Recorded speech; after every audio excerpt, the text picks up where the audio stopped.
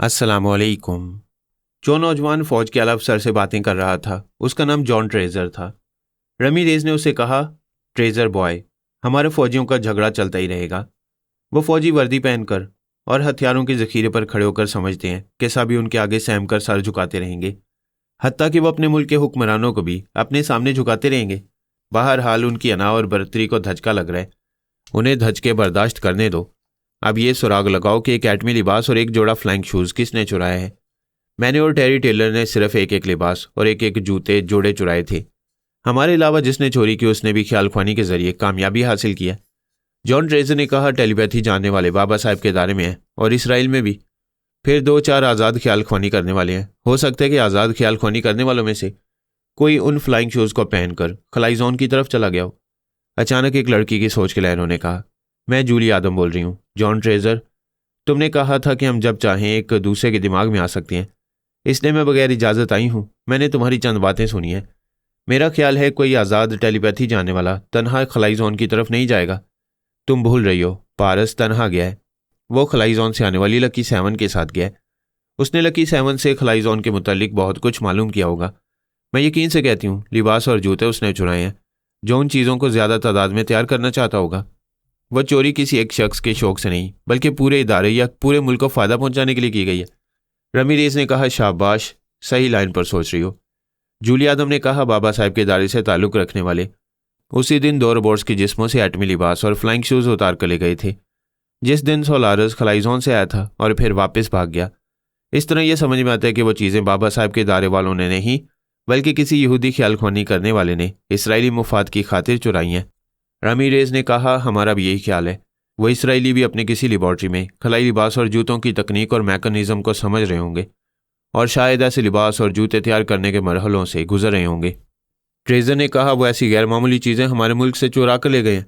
हम उन्हें उनके इरादों में कामयाब नहीं होने देंगे। जूली ने कहा, हम इसराइली ख्याल ख्वानी करने वालों तक शायद ना पहुँच सके, लेकिन ऐसी किसी तजुर्बागाह तक पहुँच सकेंगे जहाँ वो चीज़ें तैयार हो रही होंगी। वहाँ तक पहुँचने के बाद यहूदी ख्याल ख्वानी करने वालों तक पहुँचने का रास्ता मिल सकेगा। पहले हमारे टेलीपैथी जानने वाले ये गलतियाँ करते रहे कि कामयाबियाँ हासिल करने के लिए दुश्मन के मुल्क या इलाके में जाते थे। फिर टेलीपैथी जानने वाले दुश्मनों की गिरफ्त में आकर उनके ताबेदार बन जाते थे। हम ऐसी गलती नहीं करेंगे। अपने मुल्क में रहकर ख्याल ख्वानी के जरिए दुश्मनों के इलाके में जाएंगे। वहाँ हमारे मामूल और ताबेदार होंगे। हम उनके अंदर रहकर अपने मकासद हासिल करने की कोशिश करेंगे। उनके दरमियान ये तय पाया कि वो अमेरिका में रहने वाली दो यहूदी लड़कियों और दो जवान मर्दों को ट्रैप करेंगे। तनमीमी अमल के जरिए उन्हें अपना मामूल और ताबेदार बनाएंगे। फिर उन्हें इसराइल रवाना कर देंगे। उनके वो चारों ताबेदार जिस्मानी तौर पर और उनके आमिल दिमागी तौर पर इसराइल में रहकर उस खुफिया अड्डे तक पहुंचने की कोशिश करेंगे जहां एटमी लिबास और फ्लाइंग शूज़ तैयार हो रहे होंगे। रमीरेज और टेरी टेलर इन 12 ख्याल ख्वानी करने वालों के साथ बड़ी जहानत और हिकमत अमली से काम कर रहे थे। उन्होंने 1 दर्जन सेहतमंद अफराद को अपना मामूल और ताबेदार बनाकर जजीरे में पहरेदारी के लिए भेज दिया। वो मामूल पहरेदार ट्रांसफार्मर मशीन के आसपास मुसल्ला और मुस्ताद रहते थे और ख्याल ख्वानी करने वाले जवान उनके दिमागों में आते जाते रहते थे। वो रोज़ाना एक बासलाहियत और बाएतमाद सेहतमंद जवान को ट्रांसफार्मर मशीन से गुजारते। रोज़ एक टेलीपैथी जानने वाले का इजाफा करके बड़ी राजदारी से ख्याल ख्वानी करने वालों की एक फ़ौज बना रहे थे। ये तमाम ख्याल ख्वानी करने वाले किसी चीज़ के मोहताज नहीं थे। वो जब चाहते थे लाखों करोड़ों डॉलर उनके कदमों में पहुंच जाते। मुख्तलिफ शहरों और इलाकों में वो शानदार रिहाइश गाहों में रहने लगे। सब ने अपना नाम और हुलिया बदल लिया। रमीरेज और टेरी टेलर ने अपनी इस फौज का नाम टीपी आर्मी रखा। अभी इनकी तादाद 20 तक पहुंची थी। रफ्ता रफ्ता ये तादाद 100 से ऊपर जा सकती थी। बड़ी तादाद का हिसाब रखने के लिए एक मामूल और ताबेदार के दिमाग को सब ने अपनी हाजिरी की जगह बनाया। वह सब रोज़ सुबह 7 बजे से 10 बजे तक उसके दिमाग में आकर अपना अपना शुमार नंबर बताते हुए कहते थे, मैं नंबर 9 बखैरियत हूँ। वह मामूल और ताबेदार अपने दिमाग में वो आवाज़ें सुनकर एक रजिस्टर में लिखता था कि नंबर 9, नंबर 14, नंबर 18 खैरियत से और सलामती से हैं। रमीरेज और टेरी टेलर वक्तन फ़वक्तन उस ताबेदार के दिमाग में आकर रजिस्टर चेक करते थे। फिर अपने तमाम ख्याल ख्वानी करने वालों की खैरियत और सलामती से आगाह होकर मुतमईन हो जाते थे। 2 हफ्ते बाद एक दिन पता चला कि नंबर 20 और नंबर 21 की हाजिरी रजिस्टर में दर्ज नहीं। इंचार्ज ने कहा, जितने अफराद मेरे अंदर आकर बोलते रहे मैं फ़ौरन उनकी हाजिरी लिखता रहा। आज पहली बार मैंने 20 और 21 की आवाज़ नहीं सुनी है। रमीरेज और टेरी टेलर दूसरे तमाम ख्याल ख्वानी करने वालों को उन दोनों की गैर हाजिरी की इतला देने लगे। पहले ये इंतज़ार किया गया कि शायद वो सो रहे होंगे या अचानक बीमार पड़ गए होंगे और बीमारी के बायस ख्याल खोने के काबिल नहीं रहे होंगे। तमाम टेलीपैथी जाने वालों ने 2 दिन तक उनका इंतज़ार किया। इस दौरान उनके दिमागों में गए तो उन्हें बेहोशी की हालत में पाया। तकरीबन 6 घंटे बाद वो होश में आ गए। रमीरेज ने पूछा, मौली तुम बेहोश कैसे हो गई थी? उस नौजवान हसीना का नाम मौली पार्कर था। उसने फ़ौरन ही सांस रोक ली। रमीरेज की सोच की लहरें उसके दिमाग से निकल गईं। उसी वक्त टेरी टेलर ने रमीरेज के पास आकर कहा, कोई हमारे साथ गड़बड़ कर रहा है। मैं मैक कॉलम के दिमाग में गया था। उसने मेरी सोच की लहरों को महसूस करते ही सांस रोक ली। मैंने दूसरी बार जाकर अपना नाम बताया, इसके बावजूद उसने मेरी सोच की लहरों को भगा दिया। अभी मौली ने मेरे साथ यही किया है। मौली और मैक कॉलम को ज़रूर किसी ने ट्रैप किया है। उन दोनों को हमसे छीन लिया गया है। हमें अपनी आर्मी के तमाम जवानों को होशियार रहने की ताकीद करना चाहिए। आज 2 के साथ हुआ है, कल 10 के साथ भी ऐसा हो सकता है। उन्होंने अपने तौर पर पहले ही काफ़ी हिफाजती तदाबीर की थी। वह जिन तदाबीर पर अमल कर रहे थे उनमें से एक तरीका ऐसा था जो दुश्मनों को फ़ायदा पहुंचा रहा था। वो तरीका ये था कि आर्मी के तमाम अफराद एक दूसरे के दिमाग में आकर गुफ्तगू करते थे, लेकिन अपनी रिहाइशगाहों का पता एक दूसरे को नहीं बताते थे। उनका ख्याल था कि कोई दुश्मन एक साथी के दिमाग में पहुंचेगा तो उसके चोर ख्यालात से दूसरे तमाम साथियों के पते ठिकाने मालूम कर लेगा। उनका यह तरीका बड़ी हद तक दुरुस्त भी था। मौली और मैक कॉलम को अगवा करने वाले उनके चोर ख्यालात से उनकी आर्मी के दूसरे जवानों का पता मालूम नहीं कर सकते थे। ये मालूम न हो सका कि उन्हें किसने अगवा किया है। एक अंदाज़ा था कि दुश्मन जजीरे से दूर अमेरिका की जनूबी साहिल पर कहीं छुपे रहते हैं। साहिल से जजीरे तक आने जाने वालों पर नज़र रखते हैं। जो लोग जजीरे से आते हैं उनके मुतल्लिक ये ख्याल कायम करते हैं कि उनमें से जो सेहतमंद जवान है वो ट्रांसफार्मर मशीन से गुजर कर आ रहे, लिहाजा वो उसका ताक़ुब करते हैं। जब वो 2-4 दिन में अपनी अलग खुफिया रिहाइश का बना लेता है तब उसे ट्रैप करते हैं। हकीकत उनके अंदाजे से कुछ और थी। यहूदी जासूस हमेशा वाशिंगटन के बदलते हुए हालात पर नज़र रखते थे। उन्हें मालूम था कि वहाँ फ़ौज और टेलीपैथी जानने वालों के दरमियान ठन गई है। ट्रांसफार्मर मशीन सिर्फ टेलीपैथी जानने वालों के कब्जे में है और उन्होंने कई अफराद को अपना मामूल और ताबेदार बनाकर उन्हें मशीन की पहरेदारी के लिए इस जजीरे में कैद कर दिया है। कई जासूसों ने उन कैदी पहरेदारों के अजीज़ों कारिब को तलाश किया, फिर एल्पा को एक कैदी के बीवी बच्चों तक पहुंचा दिया। एल्पा 2-4 दिन के लिए वाशिंगटन आई थी। उसने बड़ी राजदारी से उस कैदी की बीवी से मुलाकात की, उसके शौहर की तस्वीर देखी, फिर तस्वीर की आंखों में झांकती हुई उसके दिमाग में पहुंच गई। जब वो ड्यूटी से फारिग होकर सोने के लिए गया तो एल्पा ने उसे तनवीमी अमल के जरिए अपना मामूल और ताबेदार बना लिया। इसके बाद कामयाबी का रास्ता हमवार हो गया। इस जजीरे में रोज़ एक सेहतमंद नौजवान लड़की या खूबरू जवां मर्द को मशीन से गुजारा जाता। रमीरेज और टेरी टेलर मशीन से गुजरने वाली की खैरियत मालूम करते। जब वो मशीन से गुजरने के बाद बेहोश हो जाता तो वो दोनों चले जाते। एल्पा अपने मामूल के जरिए उस जवान के दिमाग तक पहुंचती। जब वो होश में आने लगता तो तनवीमी अमल के जरिए उसके दिमाग में ये बात नक्श कर देती थी कि वो अब से 5वें दिन फलां मुकाम पर पहुंचेगा, वहाँ मिस्टर फलां से मिलेगा, फिर उसके साथ कहीं चला जाएगा। एल्पा ने इसी तरह पहले मौली पार्कर और मैक कॉलम को सैरज़दा करके एक खुफिया अड्डे में पहुंचाया, फिर वहाँ से दोनों को इसराइल पहुंचा दिया गया। इसके 6 दिन बाद उसने मशीन से गुजरने वाली एनी डी सूजा पर तनवीमी अमल किया। इसके दूसरे दिन मूरस जॉनसन नामी जवान को अपना मामूल बना लिया। तीसरे दिन एक और मशीन से गुजरने वाले जॉन राइट बॉय को भी अपना ताबेदार बना लिया। जब वो जजीरे से वापस आकर मुख्तलिफ शहरों में रिहाइश इख्तियार करने लगे तो एल्पा उन तीनों ताबेदारों को अपने पास बुलाकर उन्हें साथ लेकर इसराइल चली गई। यहूदी सुराग रसानों से कहा कि वो उनसे ख्याल खुआनी के जरिए रब्ता रखेगी। आइंदा भी इसी तरह रास्ता हमवार रहा तो मजीद नए टेलीपैथी जाने वालों को ट्रैप करती रहेगी। वो फिर ऐसा न कर सकी।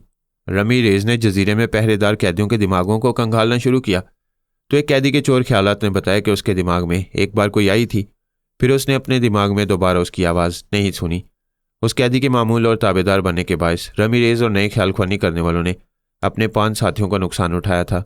उन्होंने उसे उठाकर समुंदर में फेंक दिया और ये तय किया कि आइंदा सुबह शाम पहरेदार कैदियों के दिमागों में जाकर उनके चोर ख्यालात पड़ते रहेंगे। जहाँ मालो दौलत हो या नायाब और गैर मामूली चीज़ों का ज़ख़ीरा हो, वहाँ बड़ी शातिराना जहानत से चोरियाँ होती रहती हैं। लेकिन इंसान गैर मामूली बनकर कुछ ऐसी खुशफहमी में मुब्तला हो जाते हैं कि अपनी कुव्वत परवाज़ से ज़्यादा बुलंदी पर उड़ना चाहते हैं। माजी में भी ऐसा होता रहा। इस बार भी टेलीपैथी का इल्म हासिल करने वालों में स्लाटर सोल, एस्कॉट यंग और एलान ऊंची परवाज़ के लिए रमीरेज की बनाई हुई आर्मी को छोड़कर कहीं चले गए। उन्हें अपने साथियों के साथ मुत्तहद रहकर काम करना गवारा नहीं था। वो अपनी एक ऐसी आर्मी बनाना चाहते थे जिसके सरबराह वो खुद रहें। रमीरेज, टेरी टेलर और उनकी आर्मी के तमाम ख्याल खुआनी करने वालों ने समझा कि पिछले 5 साथियों की तरह उन तीनों को भी अगवा किया गया है उन्होंने इन तीनों के दिमागों में कई बार जाने की कोशिशें की, लेकिन वो सांस रोके रहे। आखिर उन्होंने सब्र कर लिया और ये मालूम करने लगे कि हर तरह के हिफाजती इंतजामात के बावजूद उन्हें किस तरह अगवा किया गया है। रमीरेज की टीपी आर्मी 4 यहूदियों पर तनवीमी अमल करके उन्हें अपना मामूल और ताबेदार बनाकर इसराइल रवाना कर चुकी थी। उन ताबेदारों में 2 लड़कियां और 2 जवान मर्द थे। टीपी आर्मी की कोई भी 2 लड़कियां उन ताबेदार लड़कियों के दिमागों में जाकर उनसे अपने मतलब का काम निकाल सकती थीं। इसी तरह 2 जवान मर्द उन 2 ताबेदार मर्दों के अंदर जाकर बहुत सी मालूमात हासिल कर सकते थे, और वो ये मालूमात हासिल करने में मसरूफ़ थे कि एटमी लिबास और फ्लाइंग शूज़ किस खुफिया अड्डे में तैयार किए जा रहे हैं। वो चारों यहूदी ताबेदार इसराइली हुकूमत के मुख्तलिफ अहम शोबों में मुलाजिम थे। उनके ज़रिए वो फ़ौजी इंटेलिजेंस, वजारत दाखिला और वजारत खारजा के बड़े बड़े ओहदेदारों के अंदर पहुँच रहे थे। खलाई लिबास और जूतों को इस कदर राज में रखा गया था कि उन बड़े बड़े ओहदेदारों को भी इस सिलसिले में कुछ मालूम नहीं था। ऐसे वक्त इसराइली फ़ौज के जनरल को किसी ने टेलीफोन पर कहा, अपने मुल्क के हुक्मरानों और फ़ौज के बड़े अफसरों से कहो कि वो यहूदी टेलीपैथी जाने वालों के साथ आज शाम कॉन्फ्रेंस हॉल में जमा हो जाएं। सरजमीन इसराइल पर चंद बिन बुलाए मेहमान आए हैं, वो यहाँ के अकाबरीन से गुफ्तगू करेंगे। तुम कौन हो और वह बिन बुलाए मेहमान कौन है, ये शाम को कॉन्फ्रेंस हॉल में मालूम हो जाएगा। बकवास मत करो। तुमने हमारे हुक्मरानों, फौजी अफसरों और टेलीपैथी जाने वालों को क्या समझाए? वो तुम्हारे जैसे पुरस्कार बनने वालों को घास भी नहीं डालती हैं। दूसरी तरफ से कहा गया, घास चबाओ।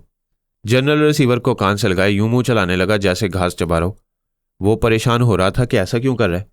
खुद को ऐसी हरकत से बाज रखने की कोशिशें कर रहा था और नाकाम हो रहा था। रिसीवर से आवाज़ आई, घास खाने वाले जानवर किस तरह सींग मारते हैं, ज़रा सींग मार कर दिखाओ। वो रिसीवर फेंक कर सींग मारने के अंदाज में सर को ज़रा झुकाकर अपने मातियत अफसर की तरफ दौड़ता हुआ गया। मातियत ने परेशान होकर उसे देखा, फिर टक्कर से बचने के लिए एक तरफ हट गया। जनरल अपनी धुन में दौड़ता हुआ दीवार की तरफ गया। उसने सींग मारने के अंदाज में अपना सर दीवार से टकरा दिया और नतीजे के तौर पर तकलीफ से चीखता हुआ पीछे की तरफ उलटकर फर्श पर गिर पड़ा। कितने ही छोटे बड़े अफसर दौड़ते हुए आए, वो उसे सहारा देकर उठाना चाहते थे। उससे पहले ही जनरल उछलकर खड़ा हो गया, दौड़ता हुआ टेलीफोन के पास आया, फिर क्रैडल पर हाथ रखकर मेज पर पड़े हुए रिसीवर को उठाकर इंटेलिजेंस के डायरेक्टर जनरल से रब्ता किया और कहा, मैं जनरल डी डामियाना बोल रहा हूँ। बल्कि मैं नहीं बोल रहा हूँ, मेरी जुबान से एक ख्याल ख्वानी करने वाला बोल रहा है। कहते हैं आज शाम को आला हुक्मरान, फौजी आला अफसरान और यहूदी टेलीपैथी जाने वाले कॉन्फ्रेंस हॉल में आ जाएं। और वो कहता है तिलबैब कॉटन फैक्ट्री जो बाहर से मुकफ्फल नजर आती है, उसके अंदर खलाई लिबास और जूते तैयार हो रहे हैं। अगर शाम 4 बजे कॉन्फ्रेंस हॉल में मतलूबा काबरीन नहीं आएंगे तो 4:02 पर वो कॉटन फैक्ट्री एक धमाके से तबाह हो जाएगी। डायरेक्टर जनरल ने कहा, बहुत सहमे हुए हैं, पहले ये तो मालूम कर लें कि वो ख्याल ख्वानी करने वाला कितने पानी में। तिलबैब कॉटन फैक्ट्री में खलाई लिबास और जूते तैयार किए जाते तो पहले हम इंटेलिजेंस वालों को मालूम होता। जनरल ने कहा, अब मालूम हो रहा है। वो मेरे दिमाग में कह रहा है कि यकीन कर लो, उसे धमाके करने का शौक है, लेकिन जहां टाइम बॉम्ब रखता है वहां उसका स्विच ऑन नहीं करता। जैसे तुम्हारी कुर्सी के नीचे टाइम बॉम्ब रखा हुआ है। डायरेक्टर जनरल एकदम से कुर्सी पर से उछलकर दूर चला गया। उसने जरा झुककर देखा, कुर्सी के नीचे एक छोटी सी मुस्ततील डिबिया नजर आ रही थी। वह तेजी से दौड़ता हुआ दफ्तरी कमरे से बाहर आया और चीखा, बॉम्ब है, शायद टाइम बॉम्ब है। इंटेलिजेंस की बस इस दफ्तर में भगदड़ शुरू हो गई। लेडी सेक्रेटरी ने चीख चीख कर कहा, रुक जाओ, खतरा नहीं है, इस बॉम्ब का स्विच ऑन नहीं है, कोई खतरा नहीं है। डायरेक्टर जनरल ने कहा, यह तुम कैसे कह सकती हो कि इसका स्विच ऑन नहीं है? सर, मैं जानती हूँ, मैंने वो बॉम्ब ले जाकर आपकी कुर्सी के नीचे रखा था। अगर मैं ऐसा ना करती तो वो मेरे दिमाग में आने वाला मुझे मार डालता। अब वो मुझसे कह रहा है कि मैं अंदर जाऊँ और उस बॉम्ब को उठा कर ले आऊँ। ये कहते ही वो डायरेक्टर जनरल के दफ्तरी कमरे के अंदर चली गई। बाकी सब लोग दरवाज़ों की तरफ चले गए। लेडी सेक्रेटरी वो बॉम्ब हाथ में लेकर बाहर आई। एक जूनियर अफसर ने आगे बढ़कर इस बॉम्ब को देखा, फिर बोला, वाकई इसका स्विच ऑन नहीं है। सबने इत्मीनान की सांस ली। डायरेक्टर जनरल फौरन ही दफ्तरी कमरे में आकर फ़ोन के जरिए आला हुक्काम से बातें करने लगा। उसने ब्रेन आदम से भी कहा कि वह अपने टेलीपैथी जाने वालों को कॉन्फ्रेंस हॉल में भेज दे।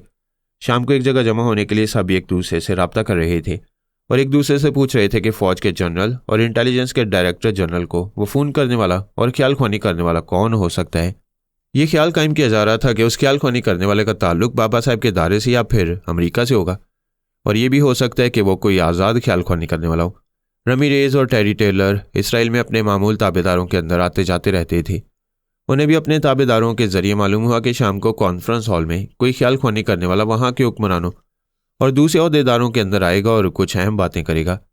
फिर यह भी मालूम हुआ कि उस ख्याल ख्वानी करने वाले ने एक ऐसी कॉटन फैक्ट्री की निशानदेही की है जहाँ बड़ी राजदारी से खलाई लिबास और जूते तैयार किए जा रहे हैं। यह सुनते ही रमीरेज के कान खड़े हो गए। उसने फ़ौरन अपने एक ताबेदार को उस कॉटन फैक्ट्री की तरफ रवाना किया और टीपी आर्मी के चंद जवानों को उस ताबेदार के दिमाग में रहने की ताकीद की। 6 जवानों ने उस ताबेदार के अंदर जगह बना ली। एल्पा ने खलाई लिबास और जूतों की तैयारी को राज में रखा था, लेकिन नामालूम ख्यालखोनी करने वालों ने राज खोल दिया। एल्पा रॉबर्ट क्लोन और मार्कोस बर्टन के साथ उस कॉटन फैक्ट्री की इमारत में आई और बाहर पहरा देने वाले मुसल्ला जवानों के दिमागों में झांकती रही। उसका ख्याल था कि वो ख्यालखोनी करने वाला अजनबी जरूर वहां पहरा देने वाले मुसल्ला जवानों के दिमागों में आता जाता होगा। इस तरह तलाश करने के दौरान वो ताबेदार मिल गया जो टीपी आर्मी का आलाकार बना हुआ था। वो कॉटन फैक्ट्री के अतराफ इस तरह चक्कर लगा रहा था कि किसी को शुबा न होने पाए, लेकिन एल्पा को शुबा हो गया। उसने एक पहरेदार के जरिए उसे ललकार कर पूछा, तुम कौन हो?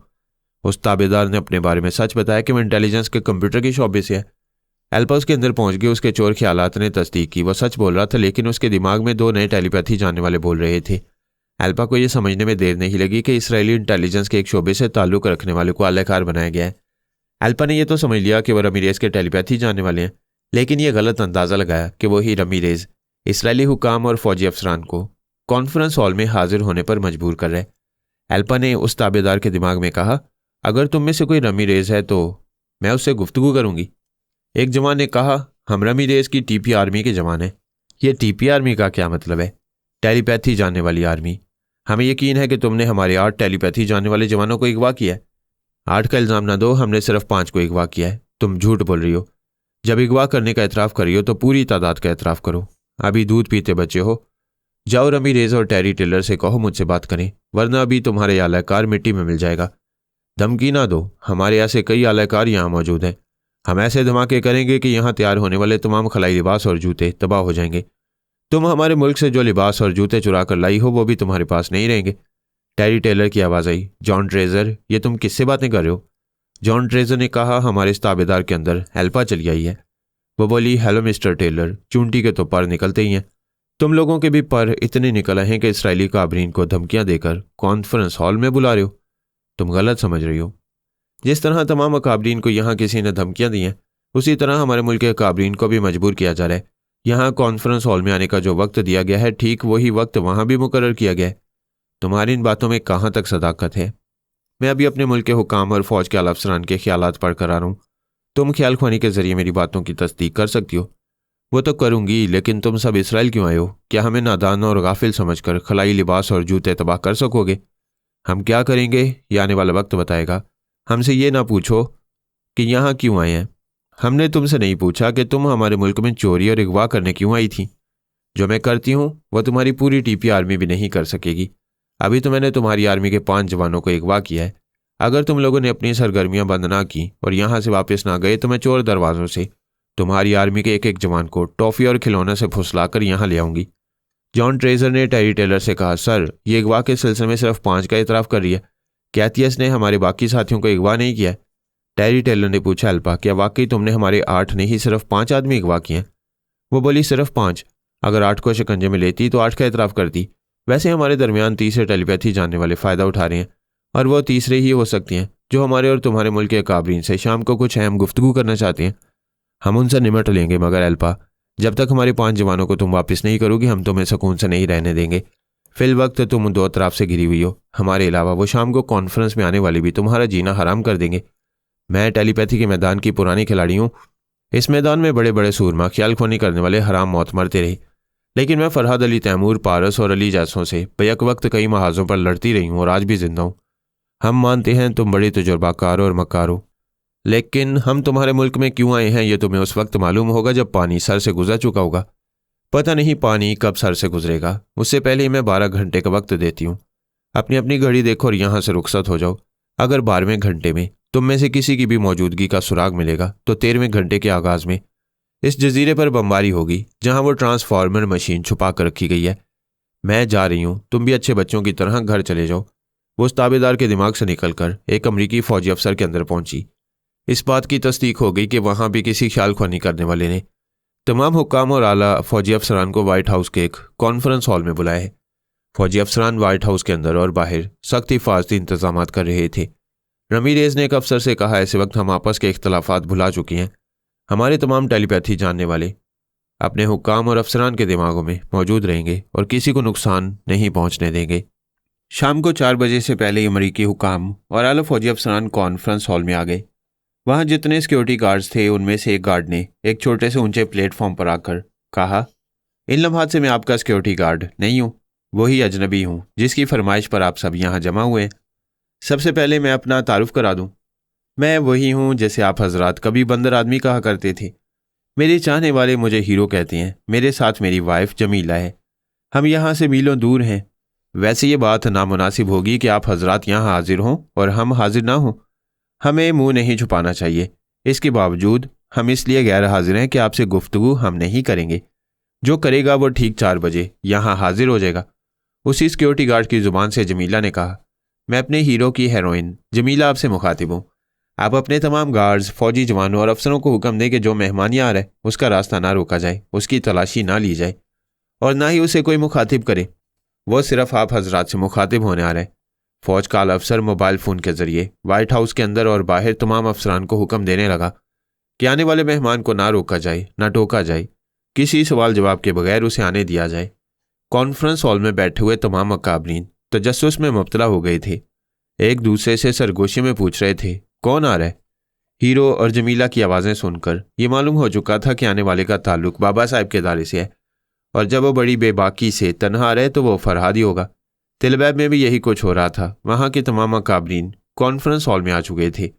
ऐसे वक्त एक ऊंचे प्लेटफॉर्म पर एक लेडी इंस्पेक्टर ने आकर कहा, मैं इन लम्हात में इंस्पेक्टर और लेडी सर्चर नहीं हूँ। मेरे दिमाग में 2 ख्याल ख्वानी करने वाले मौजूद हैं। वो दोनों एक के बाद दीगरे आपसे मुखातिब हो रहे हैं। वो खामोश हो गई, फिर दोबारा बोली तो उसकी आवाज़ मर्दाना थी। कोई कह रहा था, हेलो एवरीबॉडी। एल्पा और ब्रेन आदम के साथ मेरी इतनी पुरानी शनासाई है कि वो मुझे आवाज़ से पहचान लेंगे। अगर दुश्वारी हो तो मेरी होने वाली बेगम की आवाज़ उन्हें चौंका देगी। दूसरी नुसवानी आवाज़ सुनाई दी, हेलो एल्पा, हेलो मिस्टर आदम, आओ और अपने अकाबरीन को बता दो कि हम कौन हैं। लेडी इंस्पेक्टर की एक मातियत हॉल में आई, फिर प्लेटफॉर्म पर लेडी इंस्पेक्टर के करीब पहुंचकर बोली, मैं हूं एल्पा। मैं तुम्हें लाखों करोड़ों में पहचान सकती हूँ। तुम सोनिया सानी हो और तुम्हारे साथ अली तैमूर है। हमारे अकाबरीन चाहते हैं कि तुम यहाँ किसी तरह का ड्रामा पेश करके वक्त ज़ाया न करो। जो अहम गुफ्तगू है उसका आगाज़ कर दो। अली ने कहा, अहम गुफ्तगू का मज़ा रूबरू आता है, क्यों अली? अली ने कहा, बेशक, मुँह छुपाकर गुफ्तगू नहीं करना चाहिए, क्यों एल्पा? एल्पा ने कहा, ये तुम दोनों कोई ड्रामा शुरू कर रहे हो? हम कभी यकीन नहीं कर सकते कि तुम यहाँ रूबरू आने की जुर्रत करोगे। आह अली, इस एल्पा ने हमारी गैरत और हौसले को ललकारा है। इसे बता दो कि ठीक 4 बजे इनके रूबरू बाबा साहब के दारी की एक शहजादी आ रही है। अली ने कहा, अब बा मुलायजा होशियार, अपने तमाम फौजी जवानों और अफसरों को हुक्म दो, कॉन्फ्रेंस हॉल के बाहर हमारी शहजादी की कार आए तो सबके सब उससे दूर रहें। ना कोई उसे रोके टोके, ना उसकी तलाशी लेने की गुस्ताखी करे और ना उससे सवाल करे और ना किसी जवाब की तवक्को रखे, क्योंकि वो सिर्फ आप हजरात से मुखातिब होने आ रही है। फौज का आला अफसर मोबाइल फ़ोन के जरिए और रॉबर्ट कोलोन और मार्कोस बर्टन ख्याल ख्वानी के जरिए तमाम फौजी जवानों और अफसरों को ताकीद करने लगे कि शहजादी से दूर रहें, ऐसा कोई कदम ना उठाएं जिसके नतीजे में यहाँ का अमन और सुकून बर्बाद हो जाए। निज़ाम शमसी के मुताबिक पहले इसराइल में शाम के 4 बजे एक नहायत खूबसूरत महंगी कार कॉन्फ्रेंस हॉल के अहाते में से गुजरती हुई बैरूनी दरवाजे के सामने पहुंचकर रुक गई। तमाम इसराइली फौजी जवान और अफसरान उस कार से दूर जाकर तजस्सुस से देखने लगे। उस कार का पिछला दरवाज़ा खुला और एक पैर बाहर आया। कॉन्फ्रेंस हॉल में मुख्तलिफ जगह खड़े हुए मुसल्लफ फौजी जवान बैक वक्त ऊंची आवाज़ में कहने लगे, welcome you little princess, welcome आला बीबी सानी, सानी सानी आला बीबी सानी। कार से 3 बरस की शहजादी बाहर आई। वह 3 बरस की थी लेकिन कद और जिसामत में 6 बरस की लग रही थी। उसने जीन्स और जैकेट पहनी हुई थी। उसके चलने का अंदाज ऐसा था कि बिल्कुल सोनिया जूनियर लग रही थी। वह दरवाजे से गुजरती हुई कॉन्फ्रेंस हॉल में आई। इसराइली फ़ौज के चंद मुसल्ला जवान इसी तरह कह रहे थे, आला बीबी सानी सानी, आला बीबी सानी। वह अपने कद के मुताबिक लंबे डग भरती हुई प्लेटफॉर्म पर आ गई। फ़ौज के बड़े अफसरान अपने मुसल्ला जवानों को डांटने लगे, बंद करो अपनी ज़ुबान। हम समझ गए हैं कि यह सोनिया फरहाद की बेटी है और यह भी समझ गए हैं कि फरहाद के टेलीपैथी जानने वाले तुम्हारी ज़ुबानों से आला बीबी सानी को खुश आमदीद कह रहे हैं। वो सब खामोश हो गए। एल्पा मातियत लेडी इंस्पेक्टर के जरिए आला बीबी को सर से पांव तक देखते हुए बोली, मैंने पहले ही कहा था सोनिया सानी ड्रामा करेगी। ये कैसी बचकाना और बेतुकी हरकत है कि बुजुर्गों के दरमियान एक नन्ही बच्ची को यहाँ पेश किया गया है। क्या यह अहम मसाइल पर हमसे गुफ्तगू कर सकेगी? आला बीबी ने मातियत लेडी इंस्पेक्टर से ज़रा दूर होकर पूछा, ए तुम कौन हो? तोबा, कैसी बू आ रही है? क्या गुस्सा नहीं करती हो? एल्पा ने कहा, शट अप, मैं तुमसे ज़्यादा सफाई पसंद हूँ। मेरे लिबास से बेहतरीन परफ्यूम की खुशबू फैल रही है। ताज्जुब है, ड्यूटी के वक्त वर्दी पर परफ्यूम लगाती हो? मैं उस मातियत इंस्पेक्टर की नहीं अपनी बात कर रही हूँ। मैं एक ख्याल ख्वानी के जरिए इसके अंदर मौजूद हूँ। आला बीबी ने हाजरीन को मुखातिब करते हुए कहा, मेरे बुजुर्गों, अपनी एक ख्याल ख्वानी करने वाले की हमाकत देखो। मैं इस मातियत इंस्पेक्टर के जिस्म और लिबास की बू के मुतालिक कह रही थी और वह दिमाग में छुपी हुई अपनी खुशबू की पब्लिसिटी कर रही है। क्या ख्याल ख्वानी के जरिए खुशबू को यहाँ तक पहुँचाया जा सकता है? एक हाकिम ने कहा, मैडम एल्पा, तुम्हें समझना चाहिए था कि ये बेबी तुमसे नहीं, इस मातियत इंस्पेक्टर से मुखातिब थी। एल्पा ने जवाब नहीं दिया। आला बीबी ने कहा, तुमने मुझे नन्ही बच्ची कहा था, अब बोलो नन्ही बच्ची, खामोश क्यों हो? वह हाजरीन को देखते हुए बोली, मेरी मामा सोनिया और मेरे पापा की जान मेरे अंदर है। अगर कोई यहाँ मेरी गर्दन मरोड़ेगा तो वहाँ मेरी मामा और पापा का दम निकल जाएगा। एक तवील अरसे से मेरे वालदैन की जहानत का टंका बज रहा है। क्या आप बता सकते हैं कि ऐसे ज़हीन वालदैन ने मुझे दुश्मनों के दरमियान भेजने की यह गलती क्यों की है? ज़रा देर खामोशी रही, फिर एक आला अफसर ने कहा, बेबी, मैंने तुम्हें देखते ही सोचा सोनिया और फरहाद ने यह क्या किया है। कहीं से भी बंदूक की एक गोली आकर इस बच्ची का काम तमाम कर सकती है। जी हाँ, क्या ख्याल है, कहीं से एक गोली भेजने का इरादा है? एल्पा ने कहा, हमें नादान ना समझो, हम एक तवील मुद्दत से तुम्हारे वालदैन के तरीक़ेकार को समझते आ रहे हैं। उन्होंने अपनी बेटी आला बीबी की डमी यहाँ भेजी है। हम तुम्हें उनकी सगी बेटी तस्लीम करने की हमाकत नहीं करेंगे। मैं खुदा को हाजिर व नाजिर जानकर अपनी अजीम मामा और पापा की कसम खाकर कहती हूँ कि मैं डमी नहीं हूँ, सर से पैर तक असली हूँ।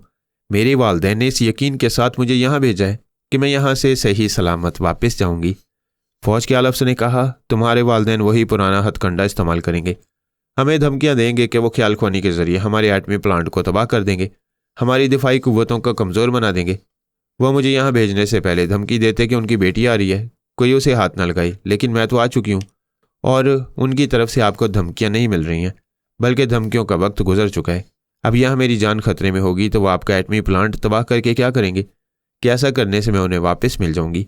एटमी प्लांट की तबाही के बाद दोबारा कायम नहीं किया जा सकता है। यहाँ मेरी जान जाएगी तो उन्हें दोबारा ऐसी बेटी नहीं मिलेगी। एक फौजी अफसर ने अपनी जगह से उठकर मुसल्ला जुबान से गन लेकर आला बीबी को निशाने पर रखा, फिर कहा, मेरी उंगली ट्रैगर को दबाएगी, फिर पलक झपकने से पहले कई गोलियां तेरे नन्हे से जिस्म में पैवस्त हो जाएंगी। ज़रा सी देर के लिए खामोशी रही, फिर आला बीबी ने कहा, मेरे एक टेलीपैथी जाने वाले अंकल कह रहे हैं कि तुमने महज आजमाइश के लिए मुझे निशाने पर रखा है, फायर नहीं करोगे। लेकिन अब मेरे अंकल तुम्हें हाथों से गन छोड़ने नहीं देंगे। मैं 1 2 3 कहूँगी तो तुम मेरी तरफ से कई गोलियां चलाओगे, मुसलसल फायरिंग करोगे। फिर वह गन की तरफ सीना तान कर बोली, चलो फायर करो, 1 2 3। उस अफसर ने ना चाहने के बावजूद तड़ातड़ की आवाज़ के साथ आला बीबी पर गोलियां चलाईं। कॉन्फ्रेंस हॉल में तमाम लोग उछलकर खड़े हो गए, क्योंकि फायरिंग के साथ ही आला बीबी उछलकर प्लेटफॉर्म के फर्श पर गिरी थी। सबने यही समझा कि उसे गोली लगी है, लेकिन चश्मे ज़दन में वो नज़रों से ओझल हो गई, साया बन गई। हाँ, तमाम हाजरीन के मुंह खुल गए। मुंह खुलते ही ठंडी हवा बाहर निकली। हाँ, दूर खड़ी हुई लेडी इंस्पेक्टर प्लेटफॉर्म पर आकर बोली, मैं हूँ आला बीबी सानी, मेरा साया इस औरत के अंदर समाया हुआ है। मैं 15 मिनट के बाद फिर अपने ठोस जिस्म के साथ जाहिर हो जाऊंगी। उधर वॉशिंगटन में 4 बज गए थे। वहाँ कॉन्फ्रेंस हॉल के अंदर फौजी जवानों ने यकबारगी बैक वक्त कहा, वेलकम मास्टर किबरिया, किबरिया फरहाद, किबरिया किबरिया फरहाद। 3 बरस का शहजादा एक शान बेनियाजी से चलता हुआ कॉन्फ्रेंस हॉल में दाखिल हुआ। आला हुकाम और फौज के आला अफसरान को तवक्को नहीं थी कि एक बच्चा वहाँ आएगा। उसे देखकर उन सब के बड़ेपन को ठेस पहुंची। फौज के आला अफसर ने अपने जवानों को डांट कर कहा, शट अप, खामोश रहो, तुम लोग किसे वेलकम कह रहे हो? एक मुसल्ला जवान ने कहा, सर, यह आपके सामने जो बच्चा एक ऊंचे प्लेटफॉर्म पर आकर खड़ा हुआ है, यह बच्चा नहीं है, आप जैसे बाप का बाप है। फरहाद अली तैमूर का बेटा किबरिया फरहाद है। सब उसे देखने लगे। अगरचे वह 3 बरस का था, लेकिन कद और जिसामत के लिहाज से 6 बरस का लग रहा था। दूसरे अफसर ने अपने मातहत से पूछा, तुम कैसे जानते हो कि यह फरहाद का बेटा है? दूसरे मातहत ने कहा, तुम्हारी अकल घास चरने गई है। क्या इतनी सी बात नहीं समझो कि बाबा साहब के दारे वाले तुम्हारे इन मुसल्ला जवानों के अंदर मौजूद हैं? ये तुम्हारे मुसल्ला जवान वही कह रहे हैं जो हम इन्हें बता रहे हैं। ऊंचे प्लेटफॉर्म पर खड़े हुए मुसल्ला गार्ड्स की जुबान से हीरो ने कहा, जिस मेहमान का जिक्र मैंने किया था वह मेहमान यही शहजादा है, शहजादा किबरिया फरहाद, सन ऑफ फरहाद अली तैमूर। 2 मुसल्ला जवान किबरिया फरहाद के पास आए। एक ने कहा, मैं रमी रेज हूँ। दूसरे ने कहा, और मैं टेरी टेलर हूँ। हम अपने मुल्क के वफादार कल भी थे, आज भी हैं और आखिरी सांसों तक रहेंगे। तमाम अकाबरीन खुश होकर तालियां बजाने लगे। जैसे कोई बहरा कोई बात सुनने के लिए कान पर हाथ रखता है, उसी तरह किबरिया फरहाद ने अपने कान पर हाथ रखकर पूछा, क्या ये वो नहीं है? वो हैं? अगर वो हैं तो ये दोनों वो क्यों कह रहे हैं? फिर किबरिया ने तमाम हाजरीन को मुखातिब करते हुए कहा, बुजुर्गो, मैं आप लोगों के दरमियान कदम रखते ही आपको एक बहुत बड़े फ्रेब से बचा रहा हूँ। इन दोनों ने अपना नाम वो बताया है, वो यानी रमीरेज और टेरी टेलर। आप तस्दीक किए बगैर वो बजा रहे हैं, यानी तालियां बजा रहे हैं। अभी मुझे इतला मिली है कि ये दोनों यहूदी ख्यालख्वानी करने वाले रॉबर्ट क्लोन और मार्कोस बर्टन है। जमीला उन दोनों में से एक के अंदर पहुंची हुई थी। किबरिया की बात खत्म होते ही वो एक और मुसल्ला जवान को वहां से भगा कर ले जाने लगी। उस भागने वाले के अंदर टेरी टेलर था। वो अपने उस आलेकार को भागने से रोकने लगा। पीछे से हीरो ने दूसरे मुसल्ला जवान के अंदर आकर कहा, रॉबर्ट रुक जाओ। नहीं रमीरेज, रुक जाओ, वापिस आओ। उस दूसरे के अंदर रमीरेज था। उसने जल्दी से कहा, यह क्या बकवास है? रमीरेज तो मैं हूं, तुम क्यों भाग रहे हो? टेरी वापिस आओ। वह वापिस आकर उसका हाथ पकड़कर बोला, तुम भी चलो। मैडम एल्पा ने कहा था भेद खुल जाए तो हमें बाहर जाकर दूसरी चाल चलना चाहिए। किबरिया फरहाद ने दोनों मुसल्ला जवानों से कहा, गधे हो, बाहर जाने के लिए क्या ज़रूरी है कि इन दो जवानों को भी साथ ले जाओ?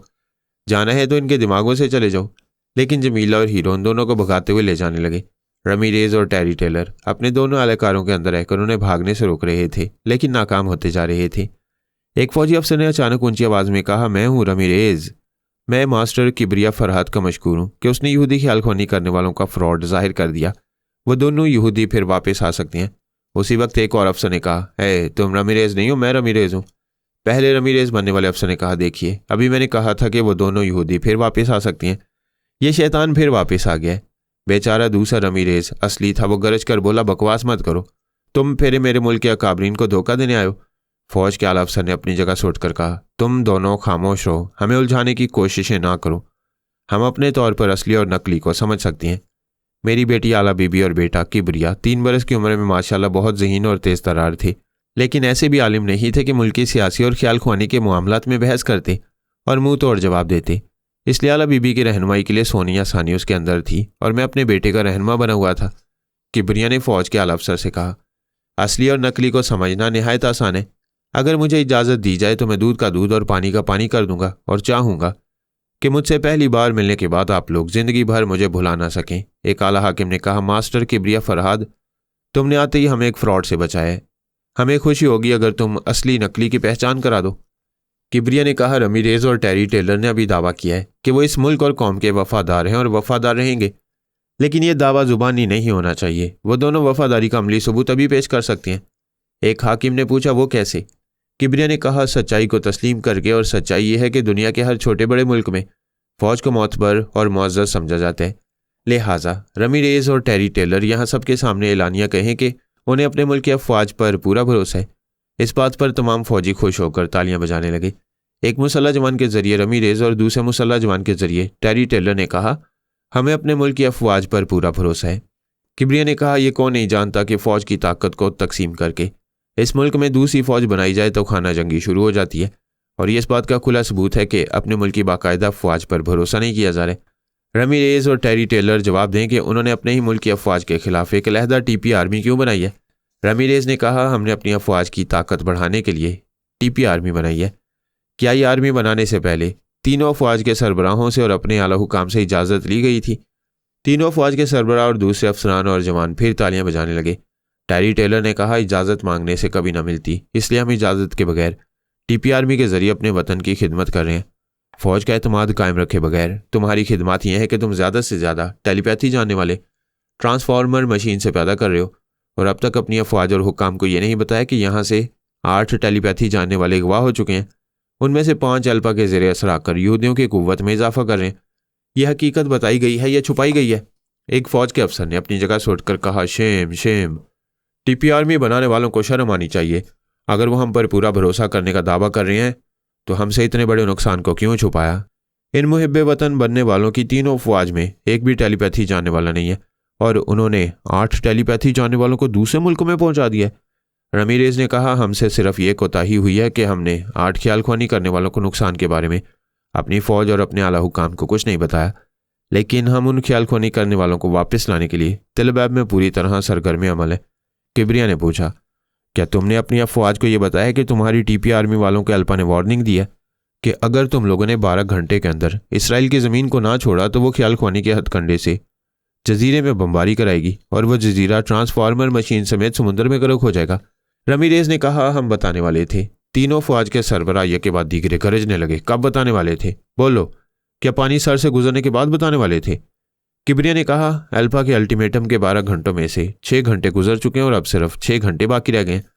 टेरी टेलर ने कहा, यह बच्चा नहीं फितना है, हमें आपस में लड़ाने आया है। मैं कह चुका हूं कि नेक इरादों से आया हूं। रमीरेज ने कहा, तुम बालिश्त भर के हो, तुम्हारे क्या खाक इरादे होंगे? तुम्हारे पीछे तुम्हारे माँ बाप बोल रहे हैं और हमारी फौज के सरबराहों और हुक्काम को हमसे लड़ा रहे हैं। हाँ, मुझ जैसा बच्चा मुल्की मामलात में बड़ी महारत से तुम लोगों को आपस में लड़ा नहीं सकता। तुम्हारे अंदाजे के मुताबिक मेरी पुश्त पर मेरे वालिदैन हो सकते हैं। ऐसा होने से क्या तुम्हारी वतन से दुश्मनी और अफवाज से दुश्मनी छुप जाएगी?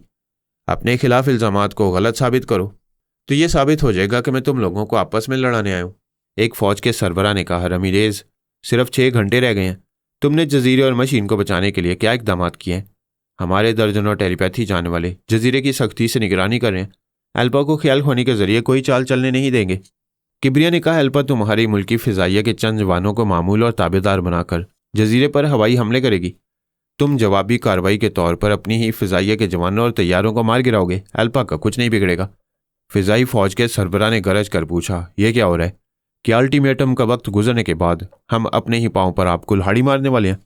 दूसरी फौज के सरबराह ने पूछा, क्या हम रमीरेज और टेरी टेलर का मुहासबा नहीं कर सकेंगे? हम अपनी तबाहियों का तमाशा बेबसी से देखते रहेंगे।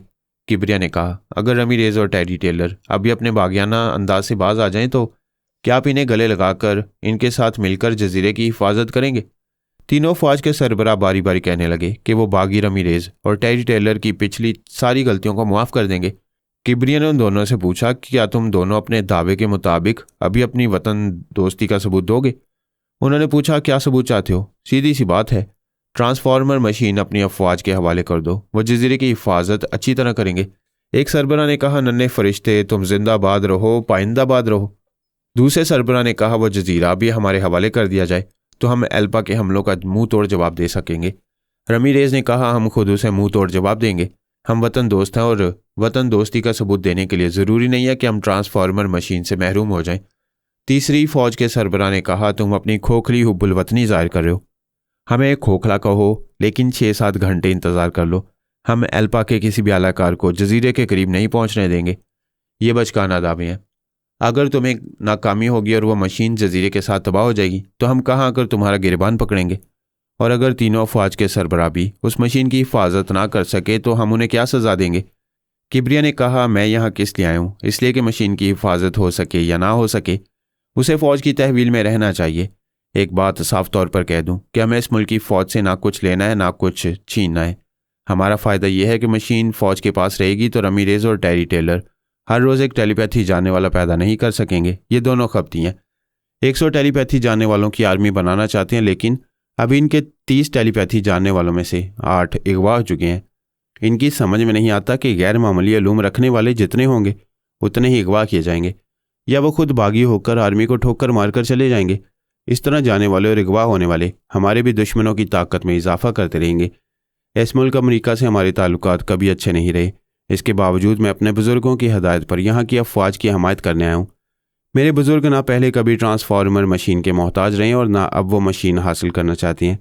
आखिरी और अटल बात यह है कि मैं इस ट्रांसफार्मर मशीन को यहाँ की अफवाज के हवाले ही करके वापस जाऊँगा। रमीरेज ने कहा, तुम क्या, तुम्हारे बड़े भी उस मशीन को हमसे छीन कर किसी दूसरे के हवाले नहीं कर सकेंगे। मेरे बड़ों की बात ना करो।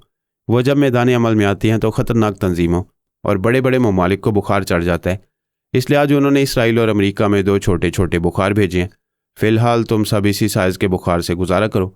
एक आला हाकिम ने कहा, हम समझ रहे थे कि इस कॉन्फ्रेंस हॉल में हमारे दुश्मन आ रहे हैं, लेकिन आने वाले दोस्त निकले और जो वतन दोस्त कहलाते थे वो दुश्मनी का खुला सबूत दे रहे हैं। क्या मास्टर किब्रिया बता सकते हैं कि वो ट्रांसफार्मर मशीन किस तरह हमारी अफवाज की तहवील में आएगी? बताऊंगा, लेकिन मैं जिन नेक मकासद के लिए आया हूँ उनके लिए कुछ अर्ज़ करना चाहता हूँ। अचानक एक मुसल्ला जवान के जरिए रमीरेज ने चीख कर कहा, तुम्हारे नेक मकासद की ऐसी की तैसी। पहले ये बताओ कि वह मशीन किस तरह हमसे छीन कर फौज के हवाले करोगे। फ़ौरन बताओ, वरना तुम निशाने पर हो। चश्मे ज़दन में कई गोलियां तुम्हारे नन्हे वजूद को छलनी कर देंगी। उसकी बात ख़त्म होते ही वह नन्हा वजूद अचानक गायब हो गया, साया बन गया। तमाम हुकाम और फौजी अफसरान उछल कर खड़े हो गए। तिलबैब में 15 मिनट गुजर चुके थे। आला बीबी सानी गोश्त पोस्त के ठोस वजूद में ज़ाहिर हो चुकी थी। हेल्पर ने कहा, तुमने साया बनकर समझा दिया है कि यहाँ कोई किसी भी हथकंडे से तुम्हें हलाक नहीं कर सकेगा। प्लीज़ अब अपने आने का मकसद बता दो। मैं एक छोटी सी बच्ची हूँ और दुनिया के करोड़ों बच्चों की तरफ से बोलने आई हूँ कि हम बच्चों को बारूद और दहशत ना दो, हमें सलामती से ज़िंदा रहने की राहों पर चलो। इसका पहला रास्ता यह है कि बच्चे पैदा करो तो हथियार पैदा ना करो। तुम सब एक दूसरे के हमलों से बचने के लिए एटमी लिबास पहन लोगे। आलमी जंग छिड़ेगी तो बच्चे एटमी लिबास कहाँ से लाएंगे? तुम फ्लाइंग शूज़ पहनकर अपनी हिफाजत के लिए चले जाओगे। बच्चों को ऐसे जूते कहाँ से मिलेंगे? क्या तुम सब मिलकर हम बच्चों के लिए महफूज और मुस्कुराती हुई दुनिया नहीं बना सकते? ऐसी बातें सिर्फ हमसे क्यों कह रही हो? अमेरिका में भी एटमी लिबास और फ्लाइंग शूज़ तैयार हो रहे हैं। और क्या तुम्हारे बाबा साहब के इदारे में ये चीज़ें तैयार नहीं हो रही हैं? बाबा साहब के इदारे के बारे में दुश्मन भी कहते हैं कि वहाँ से हमेशा अमन और सलामती मिलती है। उस इदारे में दुनिया का सबसे खतरनाक हथियार टेलीपैथी सबसे ज़्यादा तादाद में है और ये हथियार महज अपने दिफा के लिए इस्तेमाल होता है। वहाँ बेशुमार एटमी लिबास और फ्लाइंग शूज़ तैयार हो चुके हैं, लेकिन अब तक उस एटमी लिबास से किसी को हलाक नहीं किया गया है और ना फ्लाइंग शूज़ के ज़रिए कोई खलाई जोन की तरफ गया है। पारस गया है। मेरे पारस भाईजान का कमाल यह है कि वो फ्लाइंग शूज़ के बगैर गए हैं। उन्हें वहाँ जाने का हक है क्योंकि वो खलाई जोन उनकी ससुराल है। बाकी हम ज़मीन वालों को अपनी ज़मीन छोड़कर नहीं जाना चाहिए। क्यों नहीं जाना चाहिए? इसलिए कि हमारी दुनिया में बेशुमार मसाइल ऐसी हैं जो हल तलब हैं। अगर यहाँ के लोग खलाई जोन में जाएंगे तो खलाई मखलूक हमारी बहुत सी कमज़ोरियाँ जानने के बाद यहाँ आएगी। ज़बरदस्त जंग का आगाज़ होगा और हम बच्चों को लोरियों की जगह मौत की चीखें सुनाई देती रहेंगी। ऐसा तो होता रहा है और होता रहेगा। ये जिंदा इंसानों की दुनिया है। यहाँ कह के भी होंगे और मौत के धमाके भी। इस दुनिया के इंसान हवाई जहाज़ में महदूद परवाज़ नहीं करेंगे। वो लामहदूद परवाज़ के लिए खलाई जोन की तरफ भी जाएंगे। आला बीबी ने सख्ती से कहा, मेरे पारस भाईजान के बाद कोई खला की तरफ परवाज़ नहीं करेगा। जिस तरह हमारे पास खलाई चीज़ें बाहिफाजत रखी रहेंगी उसी तरह यही चीज़ें तुम्हारे पास रहेंगी। क्या सिर्फ नुमाइश के लिए रखी जाएंगी?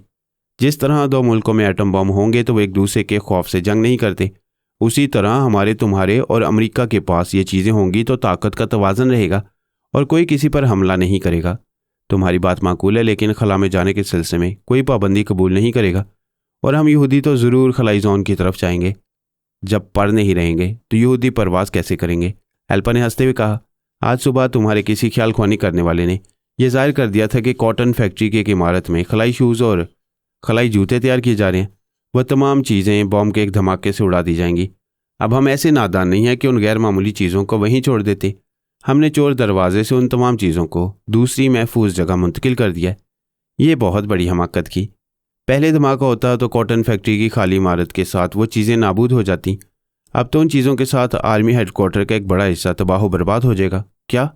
एल्पा ने शदीद हैरानी से पूछा। तुम लोगों को कैसे मालूम हो जाता है कि हम वो चीज़ें कहाँ छुपाते रहती हैं? ज़रा अकल से समझना चाहोगी तो समझ लोगी। अब हम टेलीपैथी के ज़रिए छुपी हुई चीज़ों के सुराग नहीं लगाते हैं। मेरे आदिल भाई साया बनकर उन तमाम कारीगरों के अंदर आते जाते रहते हैं जो खलाई लिबास और जूते तैयार कर रहे हैं। तुम जहाँ भी उन चीज़ों को मुंतकिल करोगी वहाँ तुम्हारे कारीगर ज़रूर जाएंगे। एल्पा को चुप सी लग गई। फिर वो ब्रेन आदम के पास आकर बोली, बिग ब्रदर, ये साया बनने वाले तो भलाई जान बन गए। अब हम इतनी अहम और गैर मामूली चीज़ों को कहाँ छुपाएंगे? आदिल का साया तो कहीं भी पहुँच जाया करेगा। बड़ी मुश्किल है। जब मैंने कॉन्फ्रेंस हॉल में सोनिया, सानी और अली की आवाज़ें सुनी तो समझ गया था कि वो लोग कोई बड़ी मुसीबत बनकर आए हैं। इस मुसीबत से निजात कैसे मिलेगी? फ़िलहाल इनकी बात मान लो, वादा कर लो कि हमारा कोई आदमी खलाई जोन की तरफ नहीं जाएगा। इस तरह हमारे तमाम खलाई लिबास और खलाई जूते महफूज रहेंगे। वो वापस लेडी इंस्पेक्टर के दिमाग में आई।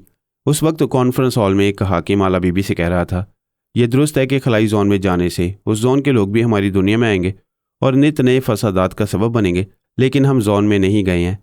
तब भी सोलारस हमारी दुनिया में हुकूमत करने के इरादे से आया था।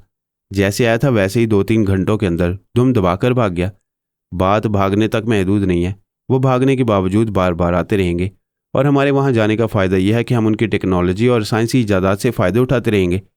जो लोग खलाई जोन से हम पर हमले करने आएंगे वो सोलारस की तरह अपनी साइंस और टेक्नोलॉजी यहाँ छोड़कर भागेंगे।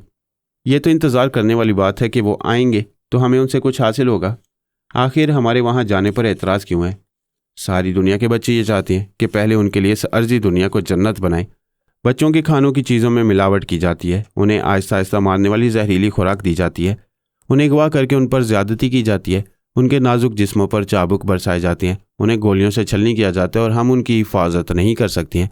तो इस दुनिया के तमाम बड़े खुदगर्ज और मुफाद परस्त हैं। वो खला की वसअतों में जाने के रास्ते तलाश करते हैं, लेकिन महज मामूली कोशिशों से बच्चों को तहफ़्फ़ुज़ फराहम नहीं करते। अब हम बच्चे जबरन अपने हकूक हासिल करेंगे, किसी को खलाई जोन की तरफ जाने नहीं देंगे। एल्पा ने कहा, शहजादी आला बीबी से बहस न की जाए। हम नहीं चाहते कि जो खलाई सामान हम तैयार कर रहे हैं उसे कोई नुकसान पहुंचे।